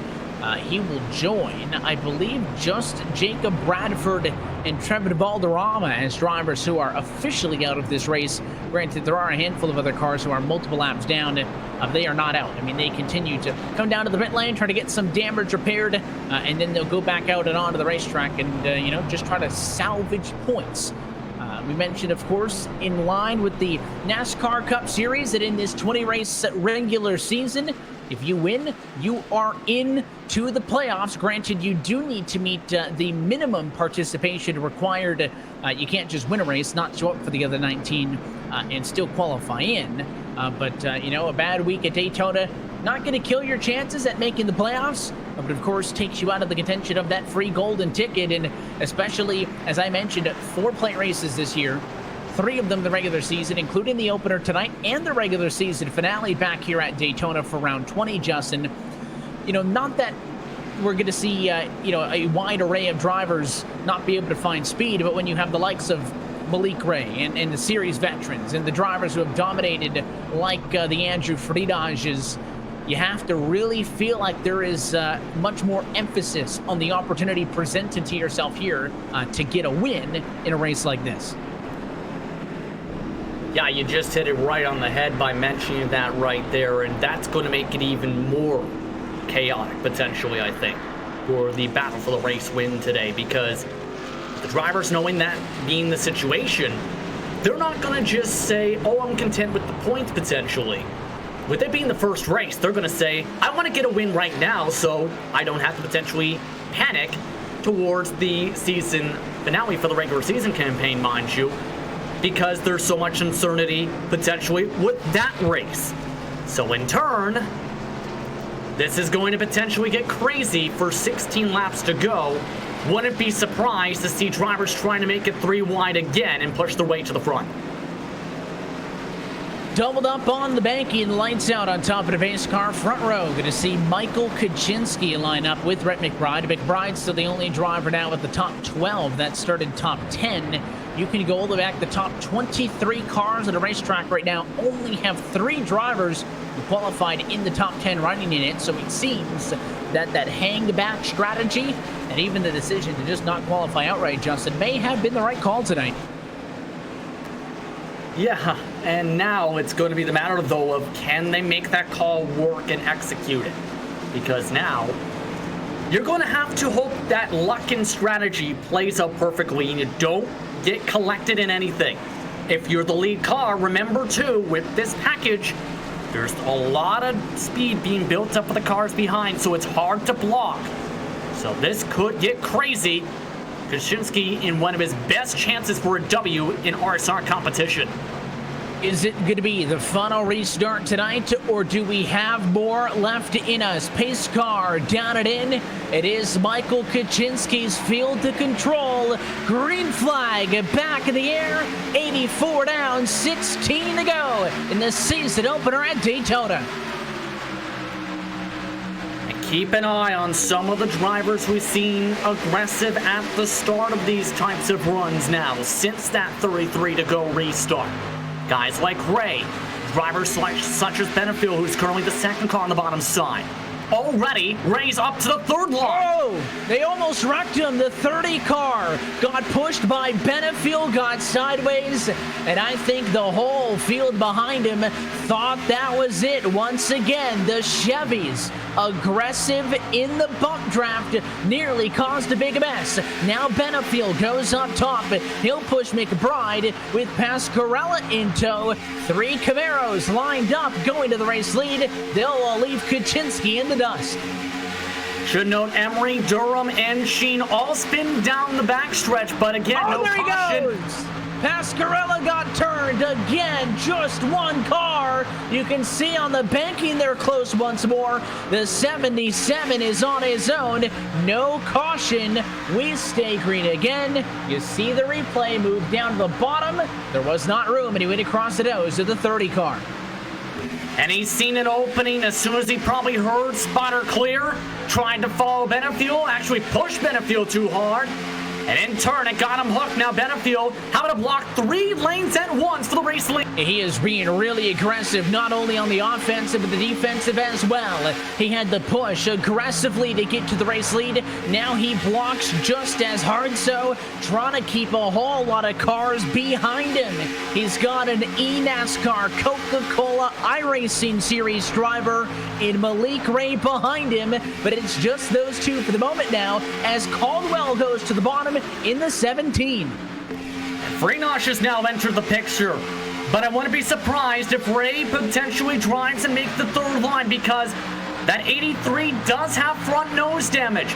That's going to hurt him down the straightaways and make it difficult to be the lead car. He might be able to be the pusher, but that damage is going to hurt him and is killing that middle line. It's just not working out right now, and you can see the middle line struggles. But how about Andrew Freenosh? We just talked about how other drivers would see this race as an opportunity to go to victory lane after how good Freenosh has been in his career. The 26-time Cup Series winner is the most in series history. This series running back to 2012. He was non-existent all night, started 40th on the grid, and finds himself leading now at 12 to go as he'll slide down in front of the 5. And it wasn't surprised with what we've seen from the Aegis cars. We talked about this at the start of the broadcast. They prefer to stay at the back of the super speedways because when they were here last year and preferred the front, Freenosh was set up in the air. Now, he's in the position to try and battle, and some of his teammates are charging forward. Drivers like Parrish amongst the cars up inside the top 10.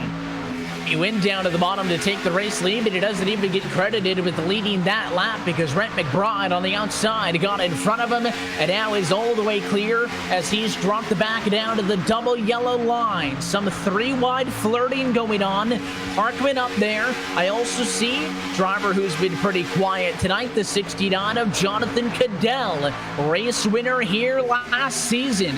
He's working the top side, but he may not commit to the very outside. As look at the 5 car. Tries to block, he can't do it. And a great run for Freenosh up on that top line. Will he try and clear him? Got it. Nice move by Freenosh. You saw McBride make that initial move, bottom to top, to try to block, but it was not enough. That was too well executed by the 88. I think another big factor there is that Anna Benefield stuck with him, stayed on the bumper. Oh, and a spinner! The 98 of David Washington goes around. He spins. He took another car with him in Shane Parrish. It's 2 cars in the grass, but no caution again. And those were teammates. Eberhard pushed one of his teammates a bit too hard, sends Washington down into Parrish, and both of them off into the grass. And again, when it comes to Daytona, if you aren't above the double yellow line, you won't get the yellow. You can see, not able to get the bump flush was Eberhard. Off and away go the 98 and 81. Those guys did a really good job, by the way, of ended up at a bus stop and not going into the wall. A lot of the time, you get turned sideways at the backstretch at Daytona. Yeah, it's a very wide apron, but you end up in the fence a whole ton of time. Not them. They hang on. They've got a shot. If we were to re-rack them and stack them, look at the 5 car. That's not going to work. McBride 3-1 for the lead. He tags Caldwell, and there they go. Yeah, that was not gonna work in 100 years. Trying to make a 3-wide move in 2.5 lanes was McBride. It was way too close. You have to balance give and take. That was too much take for that moment. Coming into 9 laps to go, and you see the 5 car there. The 17 did go up the hill just a little bit, and we had seen drivers make those kind of moves, but I just don't think time to do it. And it's not even like the 17 came back down on the 5, Justin. I mean, he held his line. There was just literally a car's worth of space below him, and to be honest, you need more than a car to fit a car in there because of the contact that immediately followed it, and that was a massive incident. A couple of cars up and over. The 67 machine on his side, the 7 was on his lid, the 15 tumbling in the corner. I said the other one was the big one. I think that one was. That takes the cake as all of your top runners take it out in turn 3. That was the bigger one, to say the very least. But because of the time of the caution flag and because Freenosh got hit in the side and it slowed down his momentum a little bit, Ray is now the race leader again here, Evan. So this could get very, very dicey still. And mind you, too, Ray might be aggressive to try and hold on to this front. Freenosh, though, he's been not afraid to be aggressive to battle. The thing is, though, Benefield might be willing to push Ray if need be. Freenosh not in that same luxury. He has a teammate a few cars behind in Eberhard, but all the way back in 8th. And you can see that time that, unlike on for every single caution we've seen thus far, drivers not opting to head to the pit lane. Track position now of utmost importance. A couple of them riding around on the apron, maybe to save a little bit of fuel, because yes, they could go to lap number 100, Justin, but I want to go back to the point that you made a couple of laps ago, and that is the fact that you don't need to worry about just getting 250 miles because you may have to deal with overtime. And a late race restart means that the odds of that are higher than ever. Up to 3 attempts at a green-white-checkered finish per the RealSimRacing Cup Series rules. So if there is a caution flag, basically between when we restart and the white flag, this race will go to overtime. We'll line them up, try a 2-lap shootout. If we can't make it to the white flag, we'll try it again, and we will get as many as 3 attempts at that. Still saying, though, that this race could go the distance. Of course, all you have to do is get to the white flag for the race to be official, but there is no guarantees the way that these guys have been going at it at each other's throats for the last 20-30 laps. Yeah, again, I wouldn't be surprised now with the type of situation. We're going to see 3 wide. That's a given at this point. It's just a matter of who goes up there and who's able to make the lines work, because it's going to be important to be able to manage that run at the right time. You're not thinking at this point, okay, I can wait a couple laps. You've got to go 100% from the drop of the green flag. Need a picture-perfect start and be able to play the lines just right. If you don't, you might be in trouble, as Ray is continuously, as you see on your screen, letting it clutch and coast on that track. Benefield not saving. Freenash appears to be potentially saving. And very obvious that somebody is going to be saving as well when they drop down to the apron, just try to shorten the way around the racetrack that ever so slight amount. But of course, you're only going to get so much extra. And some drivers more concerned so than others. If this was any other yellow, McBride in 4th and Burke in 5th, I mean, those would be the cars coming to the pit lane because they're pretty torn up. I mean, they weren't in the wreck to the point where they, were flipping like 4 cars did, but when that incident happened, they were in the crash. They just weren't able to drive through it. So they've got, side damage, front damage, back damage. None of those cars going to be driving at 100%. That gives a huge benefit to Ray, Freenash, 1st and 2nd. Even Benefield in 3rd, who's been pretty sporty. I mean, he's got damage that he's had for quite some time. So you're going to have a lot of damaged race cars. You thought it was hard enough to push and draft when he got a regular-shaped, pointy Chevy nose? How about when he got the front and rear panels on all these race cars torn to shreds? Yeah, Benefield, we won't have noted that damage. Bride still has damage on his race car. Bogart's fixed much of his damage, but still has a crater back end. Might be difficult to push. Morano, some back end damage. Back end damage for Bobby Cheney. David Washington still has damage from getting turned around. Kaczynski still has right side damage from contact. The list goes on and on and on. And mind you, too, there is going to be at least one driver who is going to cause trouble. You mentioned that with the damaged cars. There are drivers potentially up towards that front, such as Sam Nieto in 6th position, who'll be starting without a hood. That means, in turn, there might be a lot of drivers trying to line up and get by him as quick as possible. And on that last incident as well, doesn't look like anybody has claimed responsibility for the caution flag. So Rhett McBride sits in the number 4 position.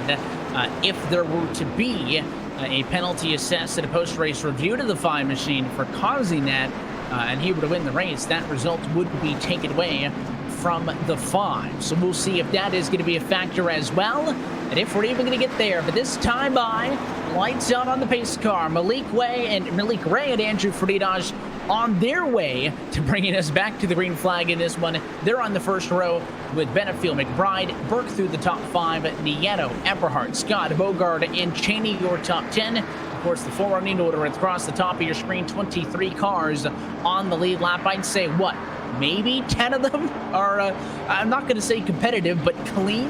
And maybe 15 of those 23 can actually get close to speed.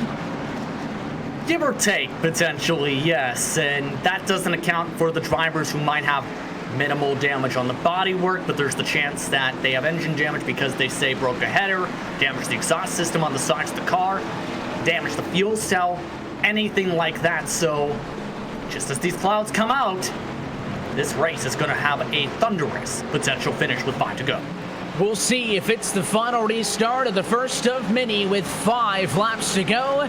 The RSR Full Throttle Cup Series powered by Boosted. Green flag back in the air. 5 to go for Malik Ray up front, and the outside with it all already started is just Freenash all on his own to turn 1. And that was my concern for Andrew, was he didn't have any teammates up in the front with him.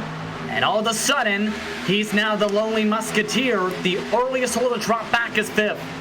He's going to drop it, I think, behind the 95 of Burke if he decides to do so inside his open. He will. So the 4 cars on the bottom are able to beat him in this race. Fridas now sits 5th. He'll go right back to the outside, though, because he's got drafted help from Daniel Eberhardt. So there is some speed on the outside line. McBride wants to be a part of it. He can't do it. The 26 of Scott nearly spun. He bobbles in front of the pack. Somehow, 3 wide, we sneak through. Still all chasing the 51. Oh, and here we go. Mogard got turned, and it is another big mess behind. Caution at lap number 97 means that we're going to need overtime.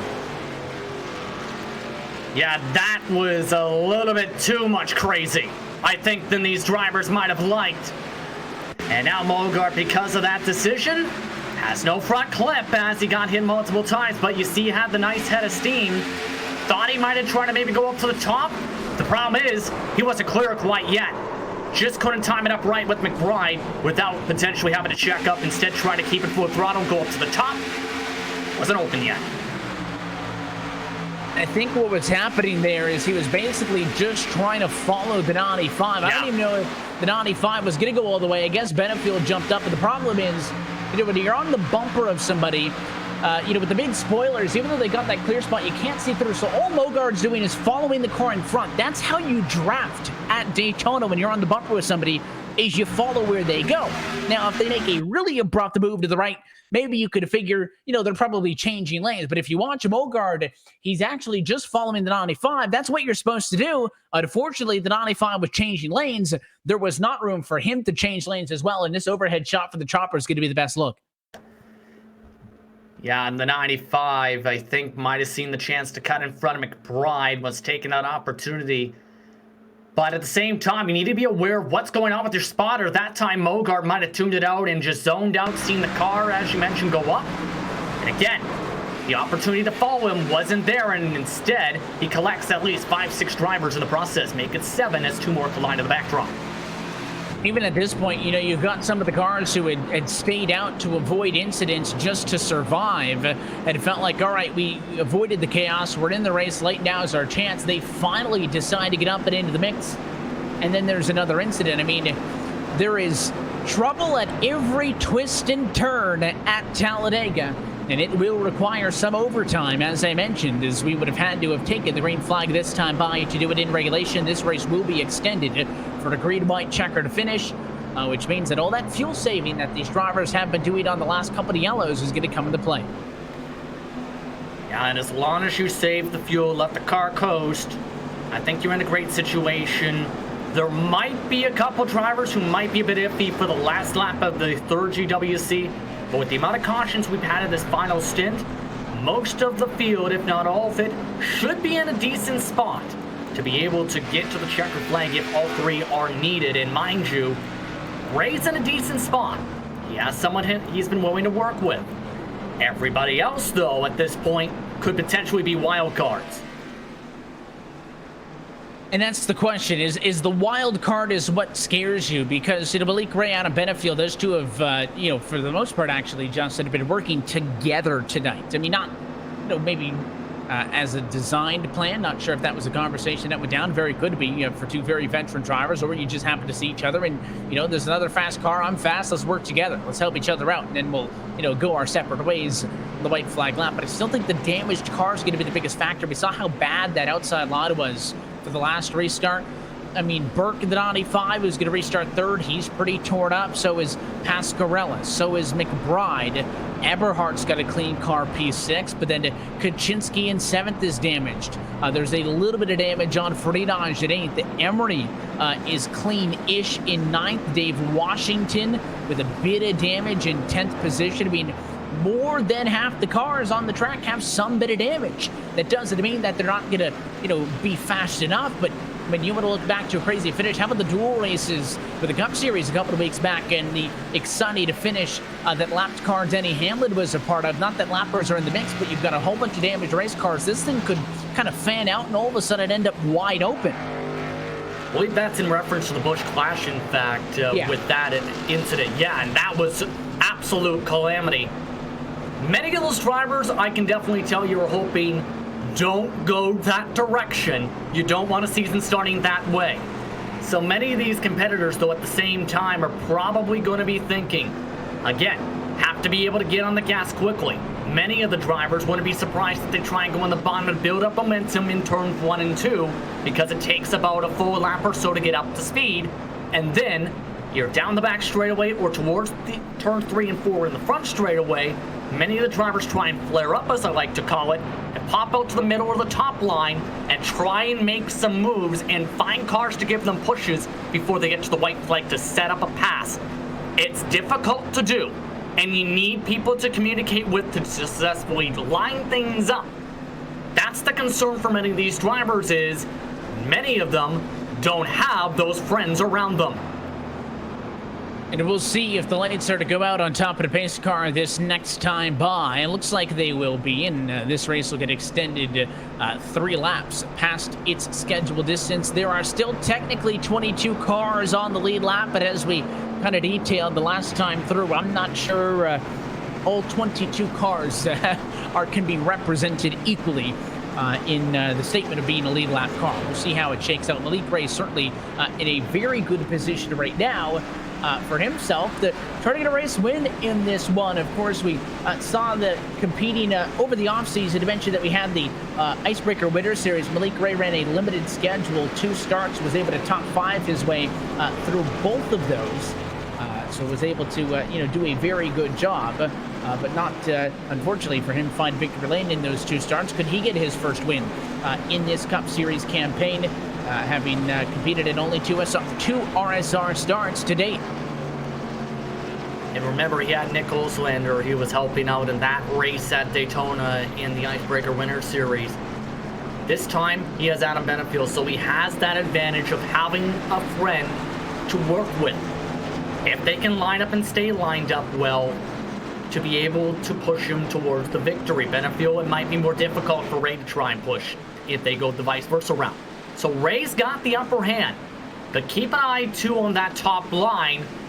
There are 3 Aegis cars, if I'm looking correctly, lined up in 6th, 8th, and 10th. Well, I wouldn't be surprised if they get enough momentum, try and start a 3rd line towards the white flag.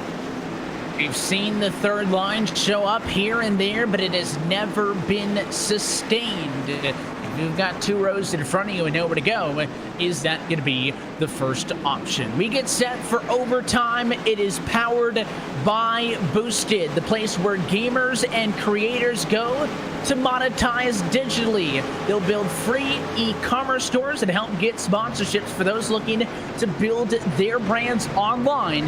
Go to boosted.club for more information. Pace car down. All that matters is we come back one more time to get to the white flag. If attempt number 1 at a green and white checkered is to be official, green flag in the air, it's overtime.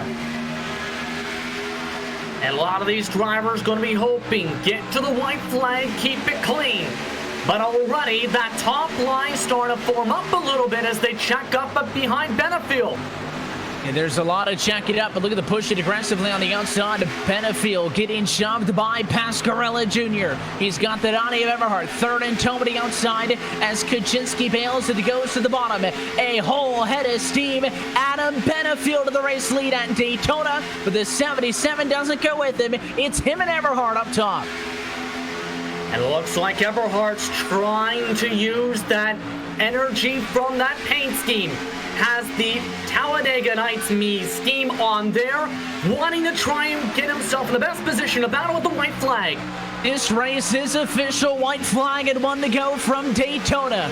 Bottom duo, it's Benefield pushed by Ray. Outside line to Pascarella. He's got the push from Everhart. There's a lot of fighting behind. You can see the fight for 5th is 3 wide, but all eyes up front. Everhart bails. He'll dive down to the bottom.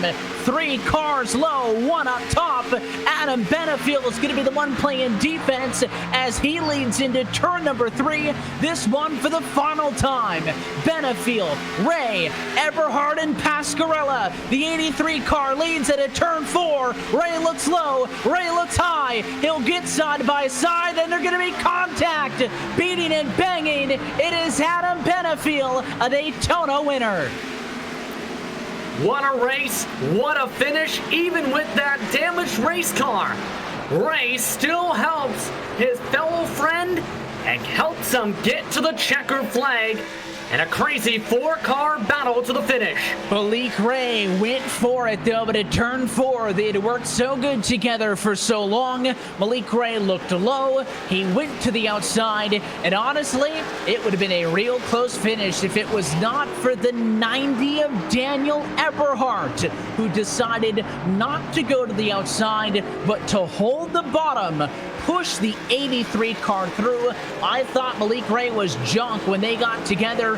He straightened it out, and Eberhardt pushes the 83 clear as he heads to victory lane. I'm actually surprised that Eberhard elected not to push Pasquarella, because I think there was a strong chance he could have helped the 77 to the victory, but instead, I think he thought, I wanted to maybe go to the bottom, think about the points picture, take the good day, and in turn, it ends up to a crazy finish. A crazy finish, but it is Benefiel on top in the Cup Series. He wins the Daytona 250. Let's take a look top to bottom as the celebration is underway at RacespotTV full race results. The official margin of victory 0.056 seconds. Benefiel to victory lane. He edges it out over Daniel Eberhard, who steals second position. Malik Ray comes home in third, along with James Pasquarella in fourth. That was the 4-car battle coming at the checkered flag. McBride gets a top 5 spot. Then you've got Daniel Scott, Michael Laraya. You've got David Washington, Andrew Friedage, and Anthony Emery, your top 10. Steve Durham able to recover from one of the earlier incidences to an 11th place finish, right in front of the lucky dog and one of the last caution flags in Pellegrini, who comes home in 12th. Liam Sheen, the pole sitter, finishes in 13th. Shane Parrish, 14th. Rick Stanford, 15th, with Sam Nieto in 16th. Tom Morano, Bob Cheney, and Michael Kuczynski were the last drivers in the lead lap. One thing to note, there was an incident involving the 30 machine. In turn, dropped him from inside the top 10 to that 19th spot. The first car lap down was Bradley Burke. And then continue on through. The rest of these cars were all 1 to 12 laps down. You've also got, big names in there, drivers that were up in the conversation, Chambliss. But how about the cars that started up front? Mosier, Soa, Kalis, all top 10 cars in the queue. They come home at 24th, 25th, and 26th. Only preceded by Thomas George, Kyle Kamer, Trudell, and last year's winner, Jonathan Cadell, P30. Then there's the Ouchbane list. Parkman, 12 laps down, 31st. Nicholas Caldwell, involved in the bigger one, as it will be called, in 32nd. Blake O'Connell, also collected in that incident, finished 33rd. Scott McClendon, he was able to get repairs done and finish 17 laps down in 34th. Brock Drury finished in 35th, 20 laps down. Gary Sexton, with some terrible luck, ended up in 36th after leading the first third of the race. Colby Buck, one of the drivers at the front early, collected 22 laps down is where he finishes 37. John Rodden, Jacob Bradford, and Trevin Valderrama round out the 40 entries in the race. Look top to bottom at your RacespotTV full race results for this 2020 season opener. Let's go trackside now and talk with your race winner for the Daytona 250. It goes to Adam Benefiel in the number 83 machine. Adam, congratulations on the win. Just tell us about what looked like a wild night of racing. Man, if you didn't enjoy that, then you need to find another sport to get into, because that was the wildest race I've been in quite a while. It was fun, man. Like just being up there, getting to come back and race with the guys. The first ever team I was on iRacing was Still Horse Racing. Getting to race with them, and then having somebody with Malik and getting to run peak last year with Malik, and being on the same team, I kind of knew what we have a little bit of chemistry, so I knew what he was going to do, and we kind of knew how each other wanted to race. So it was fun, it was wild, and man, it was crazy. kind of questioned, what the MO is going to be for this race. New season, a lot of new faces, returning faces, as you mentioned, and, just trying to gel all that out. And I mean, the race started good through the first lap of the green flag pit stops. All right. A yellow here, a yellow there. But I mean, we're 30 laps away from the checkered flag and you guys are racing like it was the white flag. Yeah, it was, well, see, like I didn't get to qualify. So I had to start from the back. So I just went ahead and I wanted to get up toward the front. And once I got up there, we just rode. And one of the Steel Horse teammates, Rhett McBride, we had a game plan set. And literally the lap before we were going to pit, that's when the 22 got into it. And he comes straight across my nose. And we almost got wiped out there. But like you said, a caution here, a caution there. And I don't know what it was. It was like after that last caution, man, it just like went to a whole new level. Everybody started moving around and wanting to race. So, it worked in my favor. No, it is just week one back with the Cup Series for this 2020 campaign. With the benefit of winning any race, not only the Daytona opener, is that, of course, you qualify into the playoffs and have a chance to fight for the Full Throttle Cup this year. I know we're ways away from that, but what does it mean for you to get this win right off of the bat to kind of kick things off for you? It's a relief, honestly. I've ran RSR for a few years ago, but there for a while I was running pretty consistently. And we've always made, when we've made the chase, but we just have bad luck. So it's a relief to know that we're in it. So hopefully with the experience from the years of running, peak and the pro stuff, can come back and finally maybe be the Final Four and have a shot to win it. And I would love to come back and win it, especially helping out and running with the team that basically gave me my first ever opportunity to show, to make a name for myself. So I'd love to bring that championship back to Steel Horse. But, it's a long season, like you said. There's a lot of fast guys. We'll just have to see how it goes, It is Cup Series career win number 7 for you in the debut for this year. Adam, I'll let you jet out of here and celebrate before we do sponsors and shout outs to all those good folks who makes it happen. Yeah, just my wife, as always, and actually tonight my mother-in-law for watching the kids. And then all the guys at Steel Horse Racing for asking me to come back and run this with them. They're a great group of guys. If you're ever on Twitch just wanting to chill, go watch Steel Horse Racing live with Cadell. You'll have a great laugh. Just all them and y'all for putting on this series and the great broadcast that y'all do. Evan, I love you, buddy. One of my best broadcasters there is out there in sim racing. I'll tell you what, we're happy to have you and the whole Steel Horse crew hanging out with us on Mondays. There isn't a show without the drivers down on the track, and you guys certainly put on a show tonight, Adam. It's good to chat with you. Congratulations on the win, and we'll see if we can do it next week. We'll catch you out for round 2. All right, man. See you.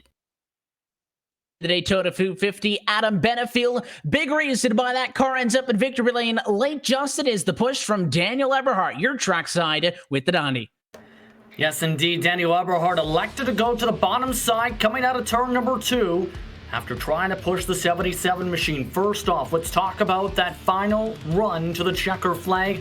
Daniel, what was going through your head as you were trying to line up and get that top line to work with the 77?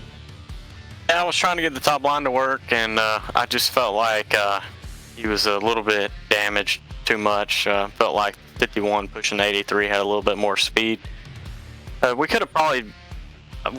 all of us probably were equal, to be honest with you, but just the bottom's a little bit quicker when you don't really have anybody else lined up behind you. And I thought Andrew, the 88, was going to have enough car left, but I guess when they had that big pile up going into 3 and 4, that when they hit him on this right side, he got a little too much damage. But I just had to drop down behind the 51 and push them clear, and then let Malik and Adam go at it. And I really just had nowhere to go, so I had to choose which line to go with. I was hoping, you know, it was going to be like a Kyle Busch, Tony Stewart thing where he blocks high, blocks low, and gets wrecked and takes them out. I go flying around to win, but that's not what happened.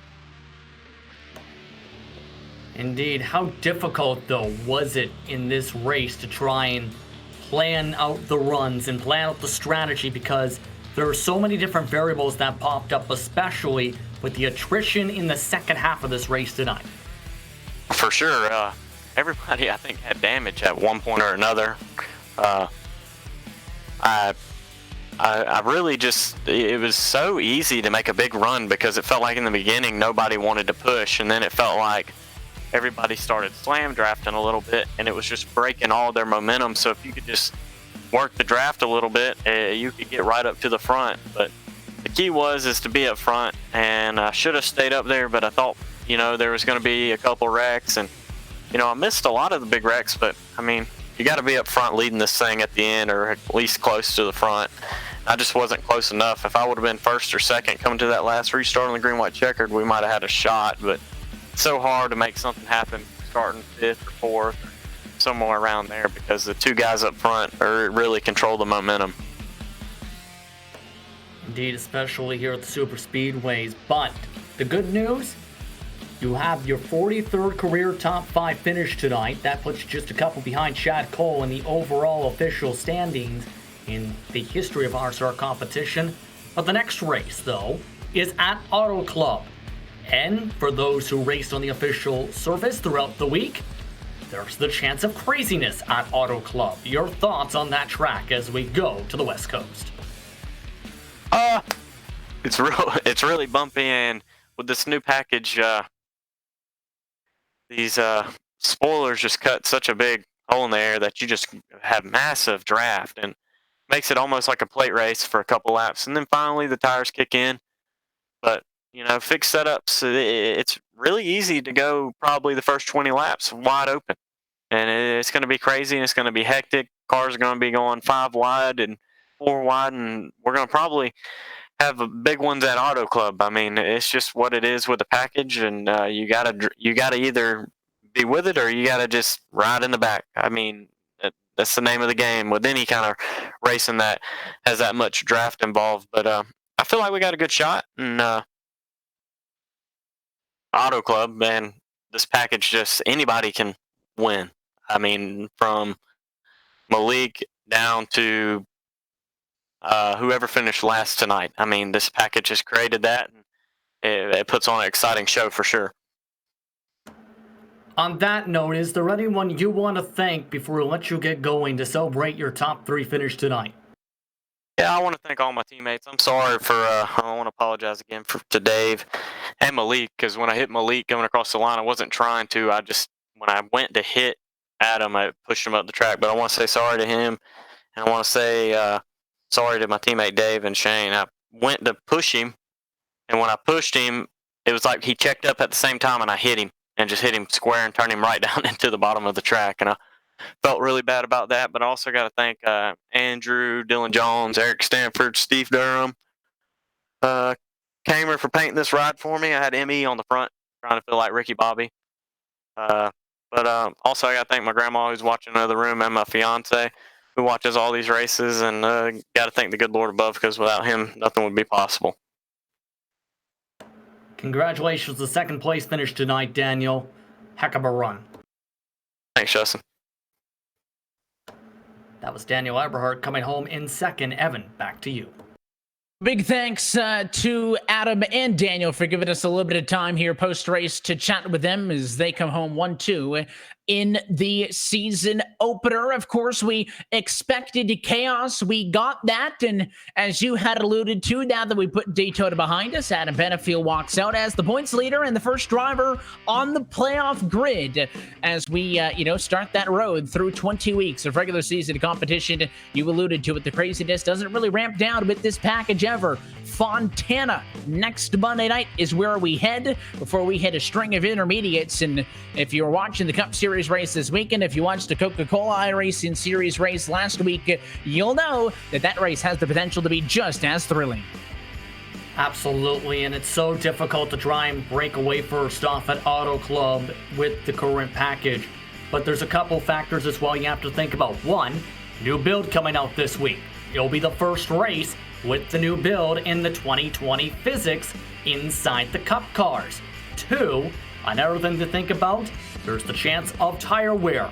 Many drivers, yes, may be able to go full throttle in some cases, but the setup, based on what it was prior to tomorrow's build, potentially leans to the tight side, Evan, meaning it's going to be not just as simple as going all out, you have to make sure you can serve that right front tire.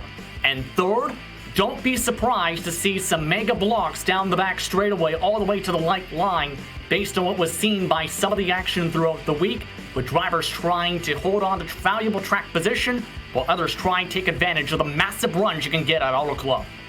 And we look forward to having you out and joining us for round number 2. But until then, that's it for us here tonight from Daytona. So on behalf of the entire team at RSR, and for our broadcast team tonight, for our producer downstairs, Hugo Luis, for as well Justin Prince, and myself, Evan Pasoko, want to thank you for tuning in and to congratulate Adam Benefiel, a race winner at Daytona. We'll catch you next Monday. It's March the 9th from Fontana. A 9 o'clock start. That race and every race of the 2020 RealSimRacing Full Throttle Cup Series, powered by Boosted, going to be found right here on RacespotTV.